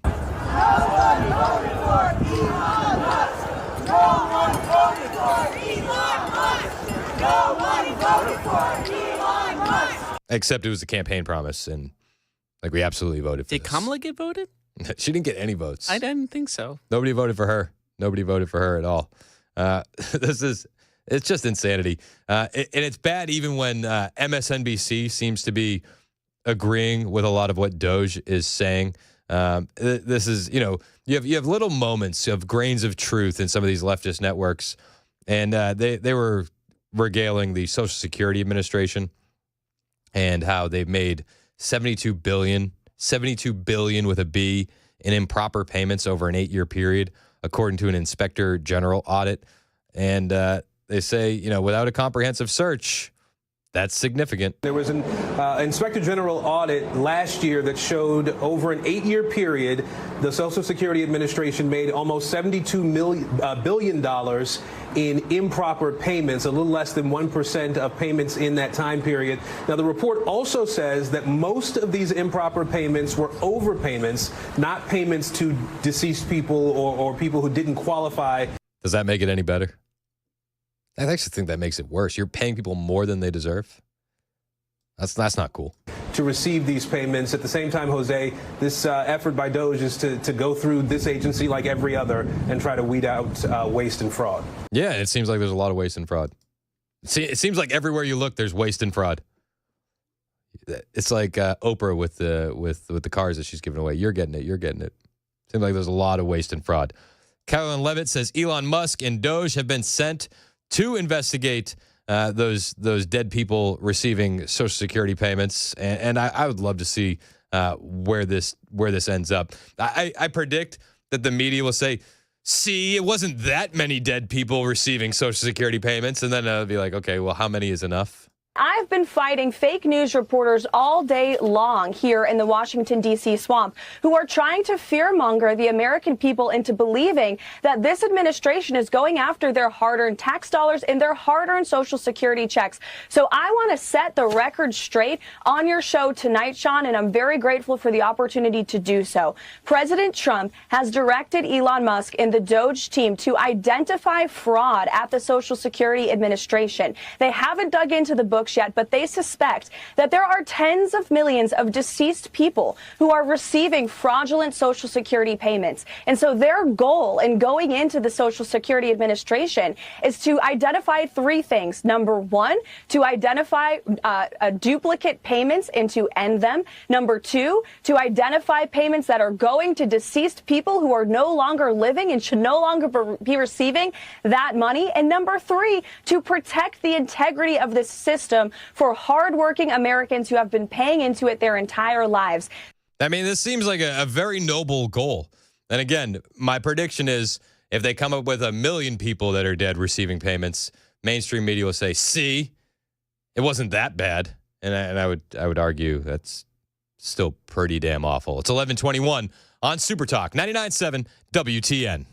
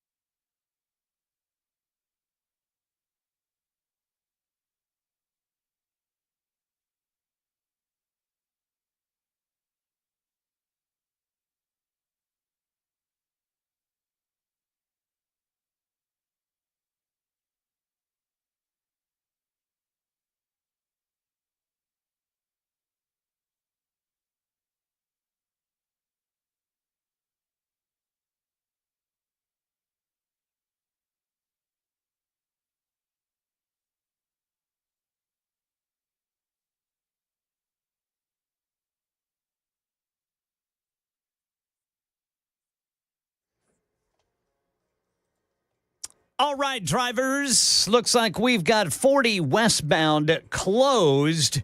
This is going to be in Centerville between Linden Waverly, exit 143, and Cuba Landing, exit 137, due to an accident. Got an overturned vehicle in Portland, left lane block 65 southbound there at exit 117. In Madison, a crash still blocking the right two lanes, 65 northbound at Briley Parkway. Now in Antioch, we got the left lane block, 24 westbound at Haywood Lane. Officials say if you don't have to get out, don't, because there are still slick spots. And heartbreaking testimony on Capitol Hill this morning about the toll that sextortion is taking on American youth. Coming up at 11:30 on Super Talk 99.7 WTN. Thank you, Ken Weaver. It's 26 minutes past the hour on Super Talk 99.7 WTN. I'm Chris Hand. Super Talk TV happening live thanks to our friends at Better Water LLC, Water Filtration Systems, Water Softeners, BetterWater.com. We're live on Facebook, Twitter, Twitch, and YouTube. If you're over on the YouTube chat, man, the chat's jumping. It always is. We got a gang of people in there commenting on the show. Hit like and subscribe while you're there. If you want to kick it old school, text line is open, as well as the phone lines at 615-737-9986. Hey, you want to guess how much money the Biden administration spent on cars, home loans, and other services for migrants? Just give me a guess. $2. Yes. No. I mean, are you doing Price is Right rules? Yeah, as close as you can without going over? I'm going to go, it's going to be in the billions. I'm sure it's in the billions. I'm going to say $5 billion. Times 4. $20 billion from the Biden administration was spent on cars, home loans, and other services for migrants. The Department of Health and Human Services footed the bill, spending $20 billion on grants going to migrants in the years of former President Joe Biden's presidency, which saw record numbers of illegal immigration into the United States. Who wouldn't want to come? You're gonna get me a car and a home loan? Are you kidding? The taxpayer-funded assistance was used to help purchase cars, homes, as well as loans for startup businesses, among other services in the United States. Isn't that nice? While the Biden administration was destroying small businesses, they were giving loans for illegal aliens to start their own. Insanity. I would be lying if I told you I was shocked, though. The taxpayer-funded assistance was used to help purchase cars, homes, as well as loans for startup businesses, among other services in the United States, according to the New York Post. The Office of Refugee Resettlement at HHS handed out around $20 billion to nonprofits and NGOs in the fiscal years of 2021 to 2024. And what the outlet said was a giant magnet for those crossing the border and claiming asylum. The data was given to the outlet by Open the Books. Yeah, a giant magnet, I feel like that is a bit understated. In fiscal year 2021, $2.3 billion was sent out the door. In 2022, $3.3 billion. $10 billion in 2023, $4.2 billion in 2024. The funding is obligated spending, meaning that not all the funds have been dispersed, but are set to be. I hope Trump and RFK over there at HHS can claw some of that money back. The ORR was tasked with resettling migrants claiming asylum, as well as refugees coming to the United States. The Biden administration drastically increased the number of migrants that were able to get funding from ORR, because why not? And over $10 billion was spent on grants in 2023 alone to manage the influx of foreign nationals. Biden was good to the migrants, as good as he could be, unless when it wasn't politically advantageous. And there's a story going around about migrants being shackled on their deportation flights. And there are people on the left that are up in arms. How could you shackle these migrants? Well, there's actually a wild story. Do you remember when the Haitian migrants were living under the bridge in Texas in the Biden administration? I think it was around 2021.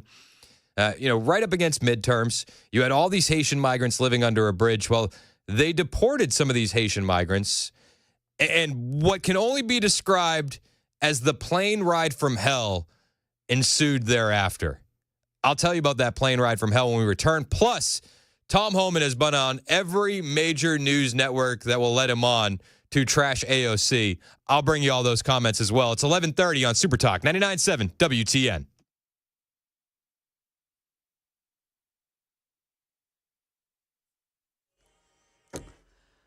$11:30 on the dot. I'm Ken Weaver with your top stories, and we've got several issues out there in traffic, as you might imagine, due to the snow overnight that has left some driving conditions less than desirable, if you will. Right now in Humphreys County, 40 westbound is completely closed between exit 143 and 137 due to a crash. That heavy traffic starts at Centerville. In Robertson County, an overturned vehicle blocking the left lane of 65 southbound at exit 117. A wrecker is clearing that overturned truck. In Madison, got a crash blocking the right 2 lanes of 65 northbound at Briley Parkway. And in Antioch, a crash is blocking the left lane of 24 westbound at Haywood Lane.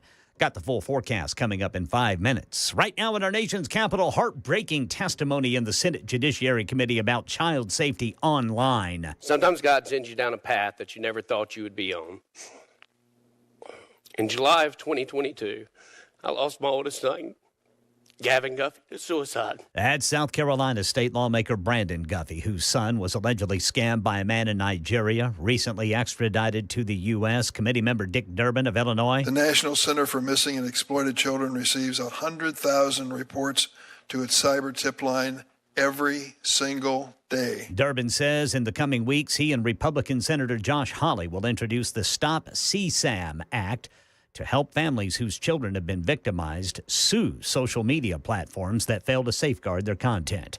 Illegal immigration update. The Border Patrol says arrests for illegal crossings from Mexico fell 39% from January, in January, that is, from a month earlier, an early gauge of President Donald Trump's immigration crackdown. That's the latest news. Weather is next. I'm Ken Weaver, WTN News. Thank you, Ken. 11:32 on Super Talk 99.7 WTN. My name is Chris Hand, here for my friends at Busy Bee Plumbing, Heating, and Cooling. And today is one of those days. It's so cold. If your heater's not working the way it should be, you're feeling it. And what do you need to do? Do you need to replace the unit? Do you need to get it fixed? Well, whatever the case may be, the first move is calling Busy Bee Plumbing, Heating, and Cooling. And if you need to replace it, they got some fantastic winter clearance deals happening right now. It's your last chance for low-price installs. They're clearing out that 2024 inventory to make room for 2025, and you can pay just $6,997 for a 14-SEER, 1.5 to 3-ton split heat pump model. And they'll bundle in a smart thermostat for free. That offer is limited to the first 25 customers, and maybe you don't need to replace the whole unit. For your sake and the budget, I hope you don't. Maybe what you need is some maintenance. Well, Busy Bee has you covered there, too. Join the Beehive Club today. It's just $99. They'll take care of your system with 3 annual tune-ups, 10% off all repairs, front-of-the-line service, a $100 annual accrued replacement credit, and no overtime or holiday fees, plus exclusive Beehive member promotions. How about this for a freebie? All month long, you buy one Beehive Club membership and you get one for free that's of equal or lesser value. That's Busy Bee Plumbing, Heating, and Cooling. 615-775-7833. 615-775-7833. Online, busybeehvac.com.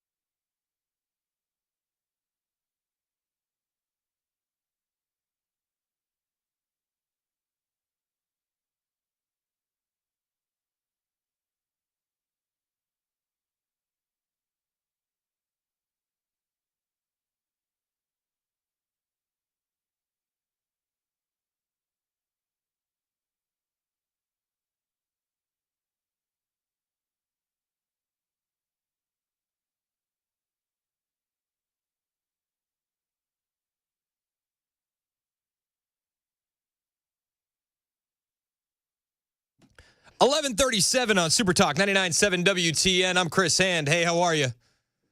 Show's brought to you by Better Water LLC, water filtration systems, water softeners, betterwater.com. We're live, Super Talk TV, Facebook, X, Twitch, and on my favorite, YouTube. It's my favorite because we got a chat on the YouTube one that just stays jumping.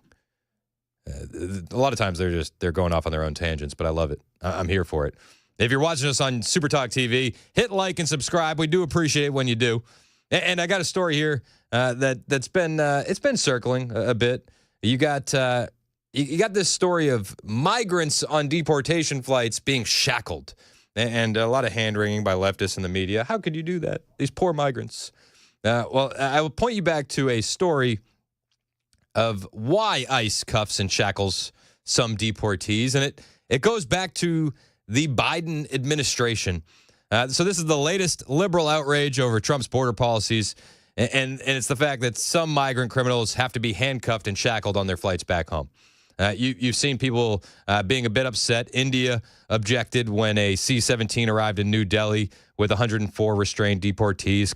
Colombian President Gustavo Petro, he set off a brief diplomatic tussle by turning back the first U.S. plane load of deportees because many wore leg restraints, and so you've seen this, but it's the latest the left is complaining about.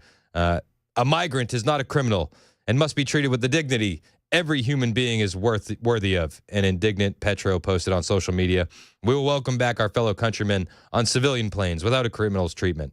And you go, okay, all right, yeah, well, there has to be a reason, right? The New York Post has this.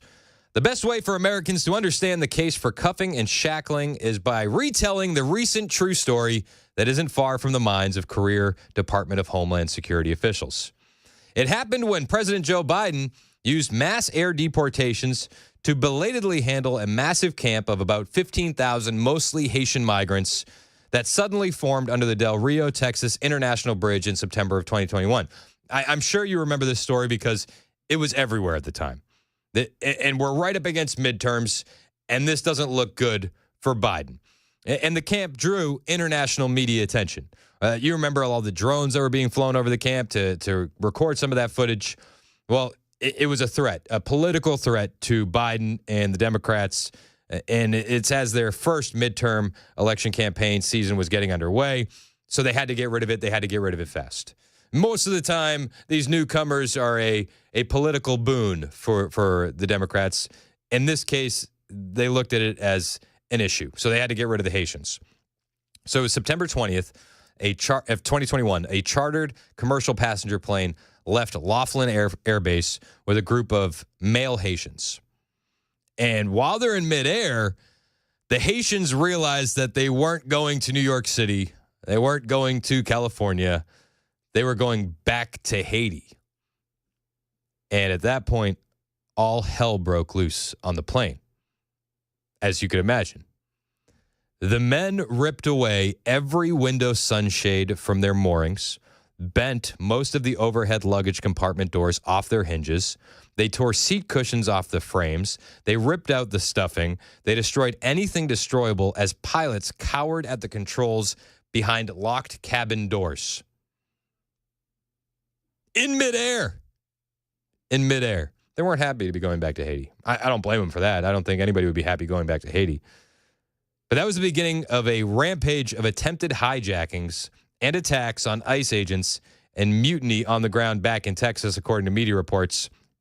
Once on the Port-au-Prince tarmac, dozens of disembarked Haitians tried to storm back onto the plane, but a Haitian security officer blocked the stairwell.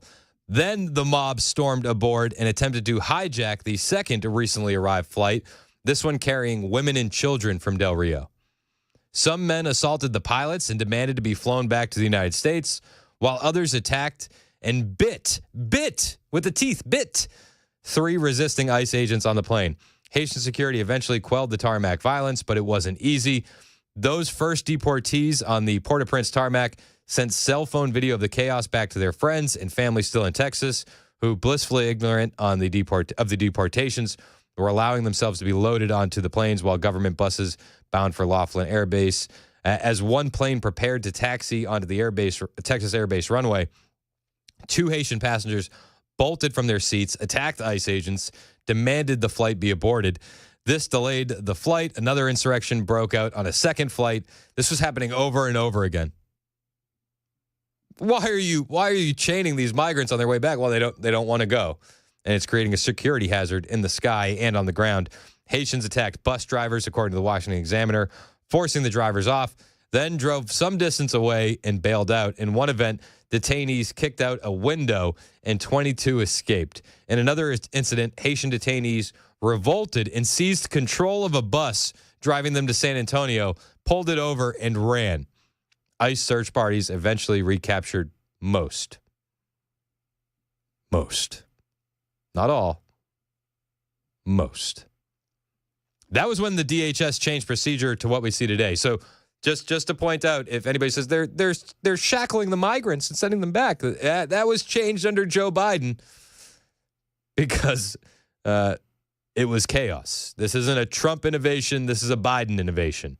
The Biden DHS decided it would not only load all of its flights from Texas with extra security officers and put protective cages around bus drivers, but most importantly of all, shackle some adult passengers. The moral of this broadly forgotten story from the New York Post is that cuffing and shackling adult deportees is a better safe than sorry measure to prevent riots at 40,000 feet and guarantee the safety of accompanying ICE officers. It's a wild story. But if somebody says they're not treating these migrants fairly, just remind them of what happened in the air. And you got a lot of Democrats hand-wringing. AOC has been under fire. She's been posting videos online of how to avoid ICE deportations. Tom Homan was on CNN talking about AOC and immigration law. Vaguely aware of immigration law. I've done this since 1984. I forgot more about the immigration law than AOC will ever know. Matter of fact, the hearing a couple years ago, I had explained to her that entering the country illegally was actually a crime. So, I'm not going to play that game with her. I simply made a statement. When you sit down with people who are wanted by us, criminal aliens that have been ordered to be deported from the United States government and ignore that order, if you and I ignored that order, we'd be sitting in prison. But they ignored an order from a federal judge. They're hiding in a home, and she's telling them not to open the door. And that should be a crime. And she should be held accountable for that. Now, he also pointed out how he said to her back in the day during a hearing that she didn't know crossing the border was a crime. If you heard that, and he did that. He reminded her that crossing the border was a crime back in the day. This is just a flashback piece of audio because when you have a reason to play it, you should use that reason. Separation. The same as is when every U.S. citizen parent gets arrested when they're with a child.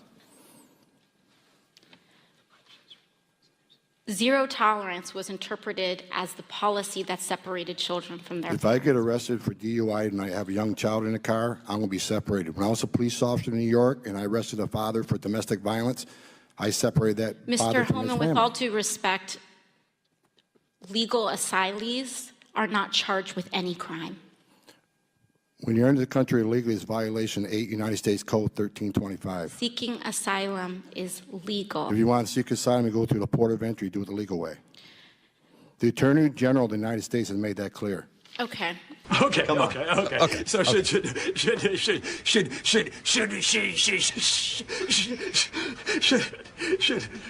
should.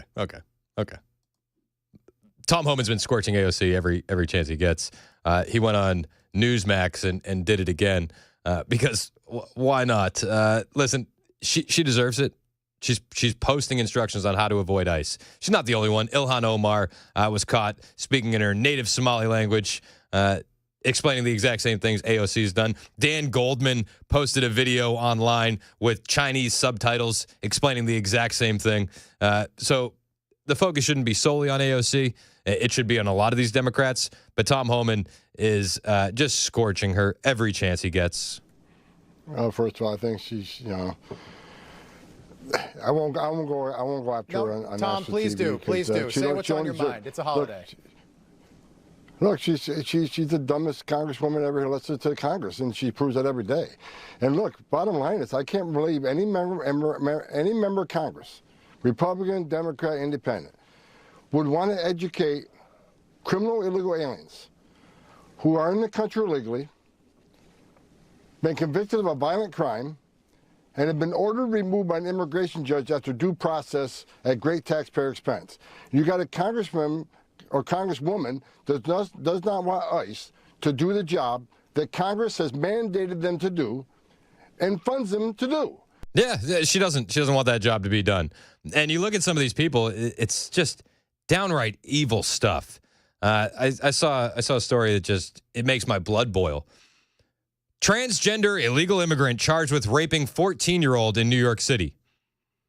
A trans-identified male who is an illegal immigrant has been charged with raping a 14-year-old boy in a New York City bathroom, according to a report from the New York Post. The incident occurred earlier this week, according to officials who spoke to the outlet, where Nicole Suarez, 30, allegedly stalked the 14-year-old boy and followed him into a bathroom in Thomas Jefferson Park in East Harlem on Tuesday, where the incident occurred.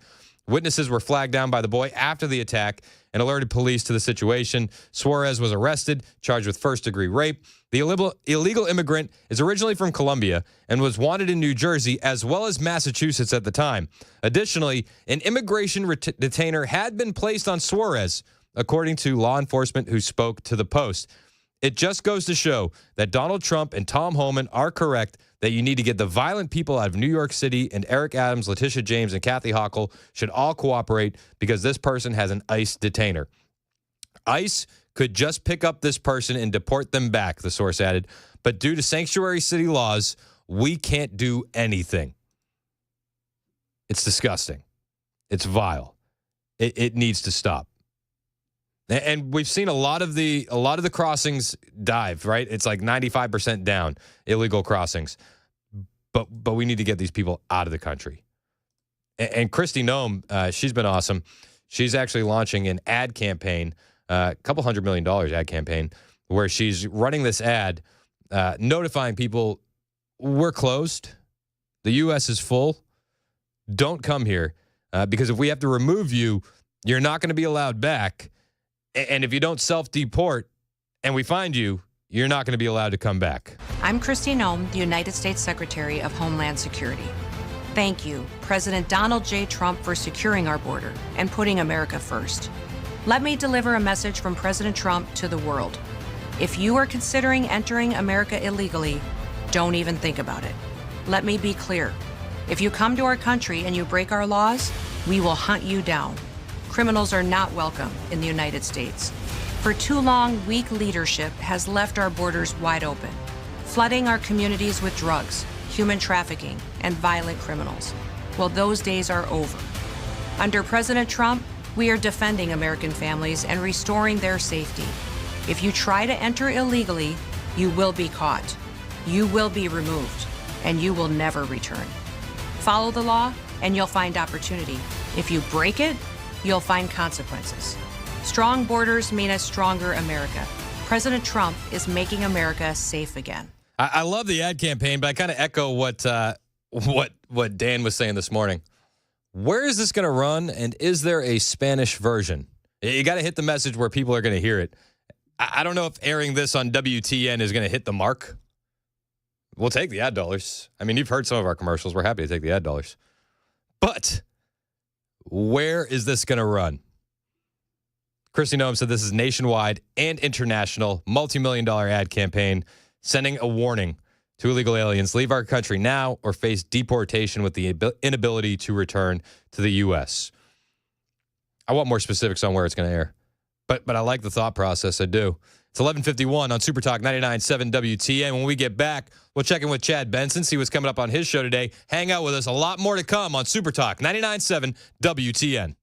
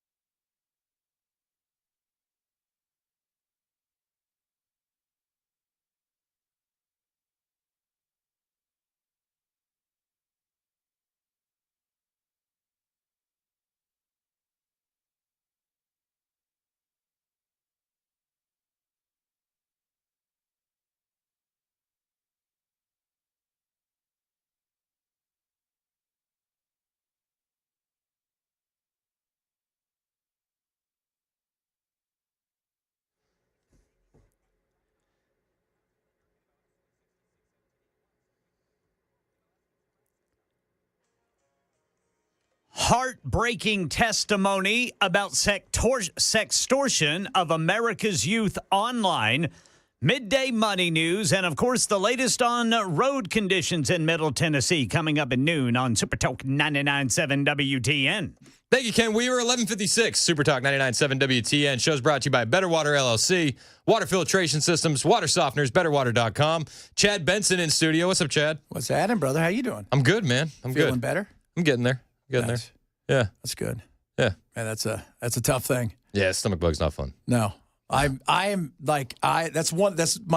my big phobia. I will lay in bed for like 3 days to not throw up once.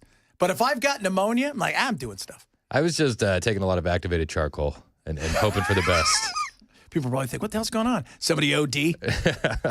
Like a lot of activated charcoal. Oh, my God. We have some nausea stuff that my wife has, like from the doctor and that stuff, man. Like the ondansetron or something like that? Yeah, it's like one of those, you take it like, oh, this is great. They're like, they give these to people who are on cancer, and stuff. Yep. And I'm like, okay, cool. But, yeah, I don't do I got sick one time. I had like what we would call Montezuma's Revenge when I was in England. Oh, my God. Montezuma's Revenge? Yeah. So Mexico, if you guys don't know, if you go down to Mexico, don't drink the water. That's what I tell you. Because otherwise you get Montezuma's Revenge is what we call it. And you're in the bathroom, diarrhea every day, all day for days. I lost like 20 pounds in a week. It was the craziest situation. I could not believe how sick I was. That doesn't sound fun. It was not. And that was the water in England? Yeah. You would think that would be better. And it was weird because I'd lived there for years, but that's what they called it essentially. It was that kind of like a neurovirus Montezuma's Revenge, and it was the worst experience.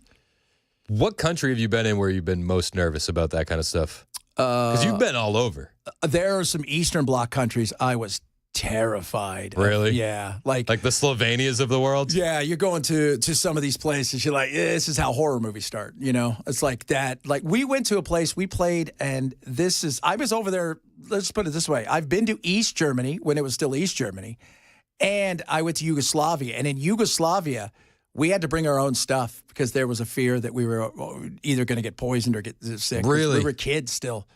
Oh, God, some of this stuff. And they thought you were going to get poisoned? We just didn't know because there was no trust. I mean, like we went to East Germany. We went to play one game over there. We got a special permission. It was a big thing. And they came on our bus and they took all of our passports away. That's scary. Yeah, it was totally terrifying, right? And it was weird. And we got them back when we left. But it was scary because our coaches and everybody looking like, uh-oh. That's insane. It was, it was And so how old insane. were you? At the time, I was probably 11 or 12. Jeez. Yeah. Don't worry, like, kids. I just want to kick a soccer ball. And then you get out there and you realize these kids are just like us, except their life sucks because they can't get jeans. It's awful. It's awful. What do you got coming up on the show today? We'll talk a little about the DOGE. We're going to talk a little bit about, the asteroids getting closer now. Every day it seems like, remember we said it was 1%? Yeah, it's like 4% now, that big asteroid. And a lot of other stuff, including an amazing study about what happens when you turn the Wi-Fi off your phone for 2 weeks and what it does to your brain. Really? It's crazy. It's just how fast your mind snaps back is amazing. That stuff's not good for you. It is not. That's something that RFK is going to be looking into, that electromagnetic radiation. Oh, he's already looking at all kinds of stuff we're not going to be able to have fun with. Thanks, I love RFK. it. I'm here for it. Let's rip the fun out of society. He'd like that. Who wants a bear? I would take it. Chad's in next.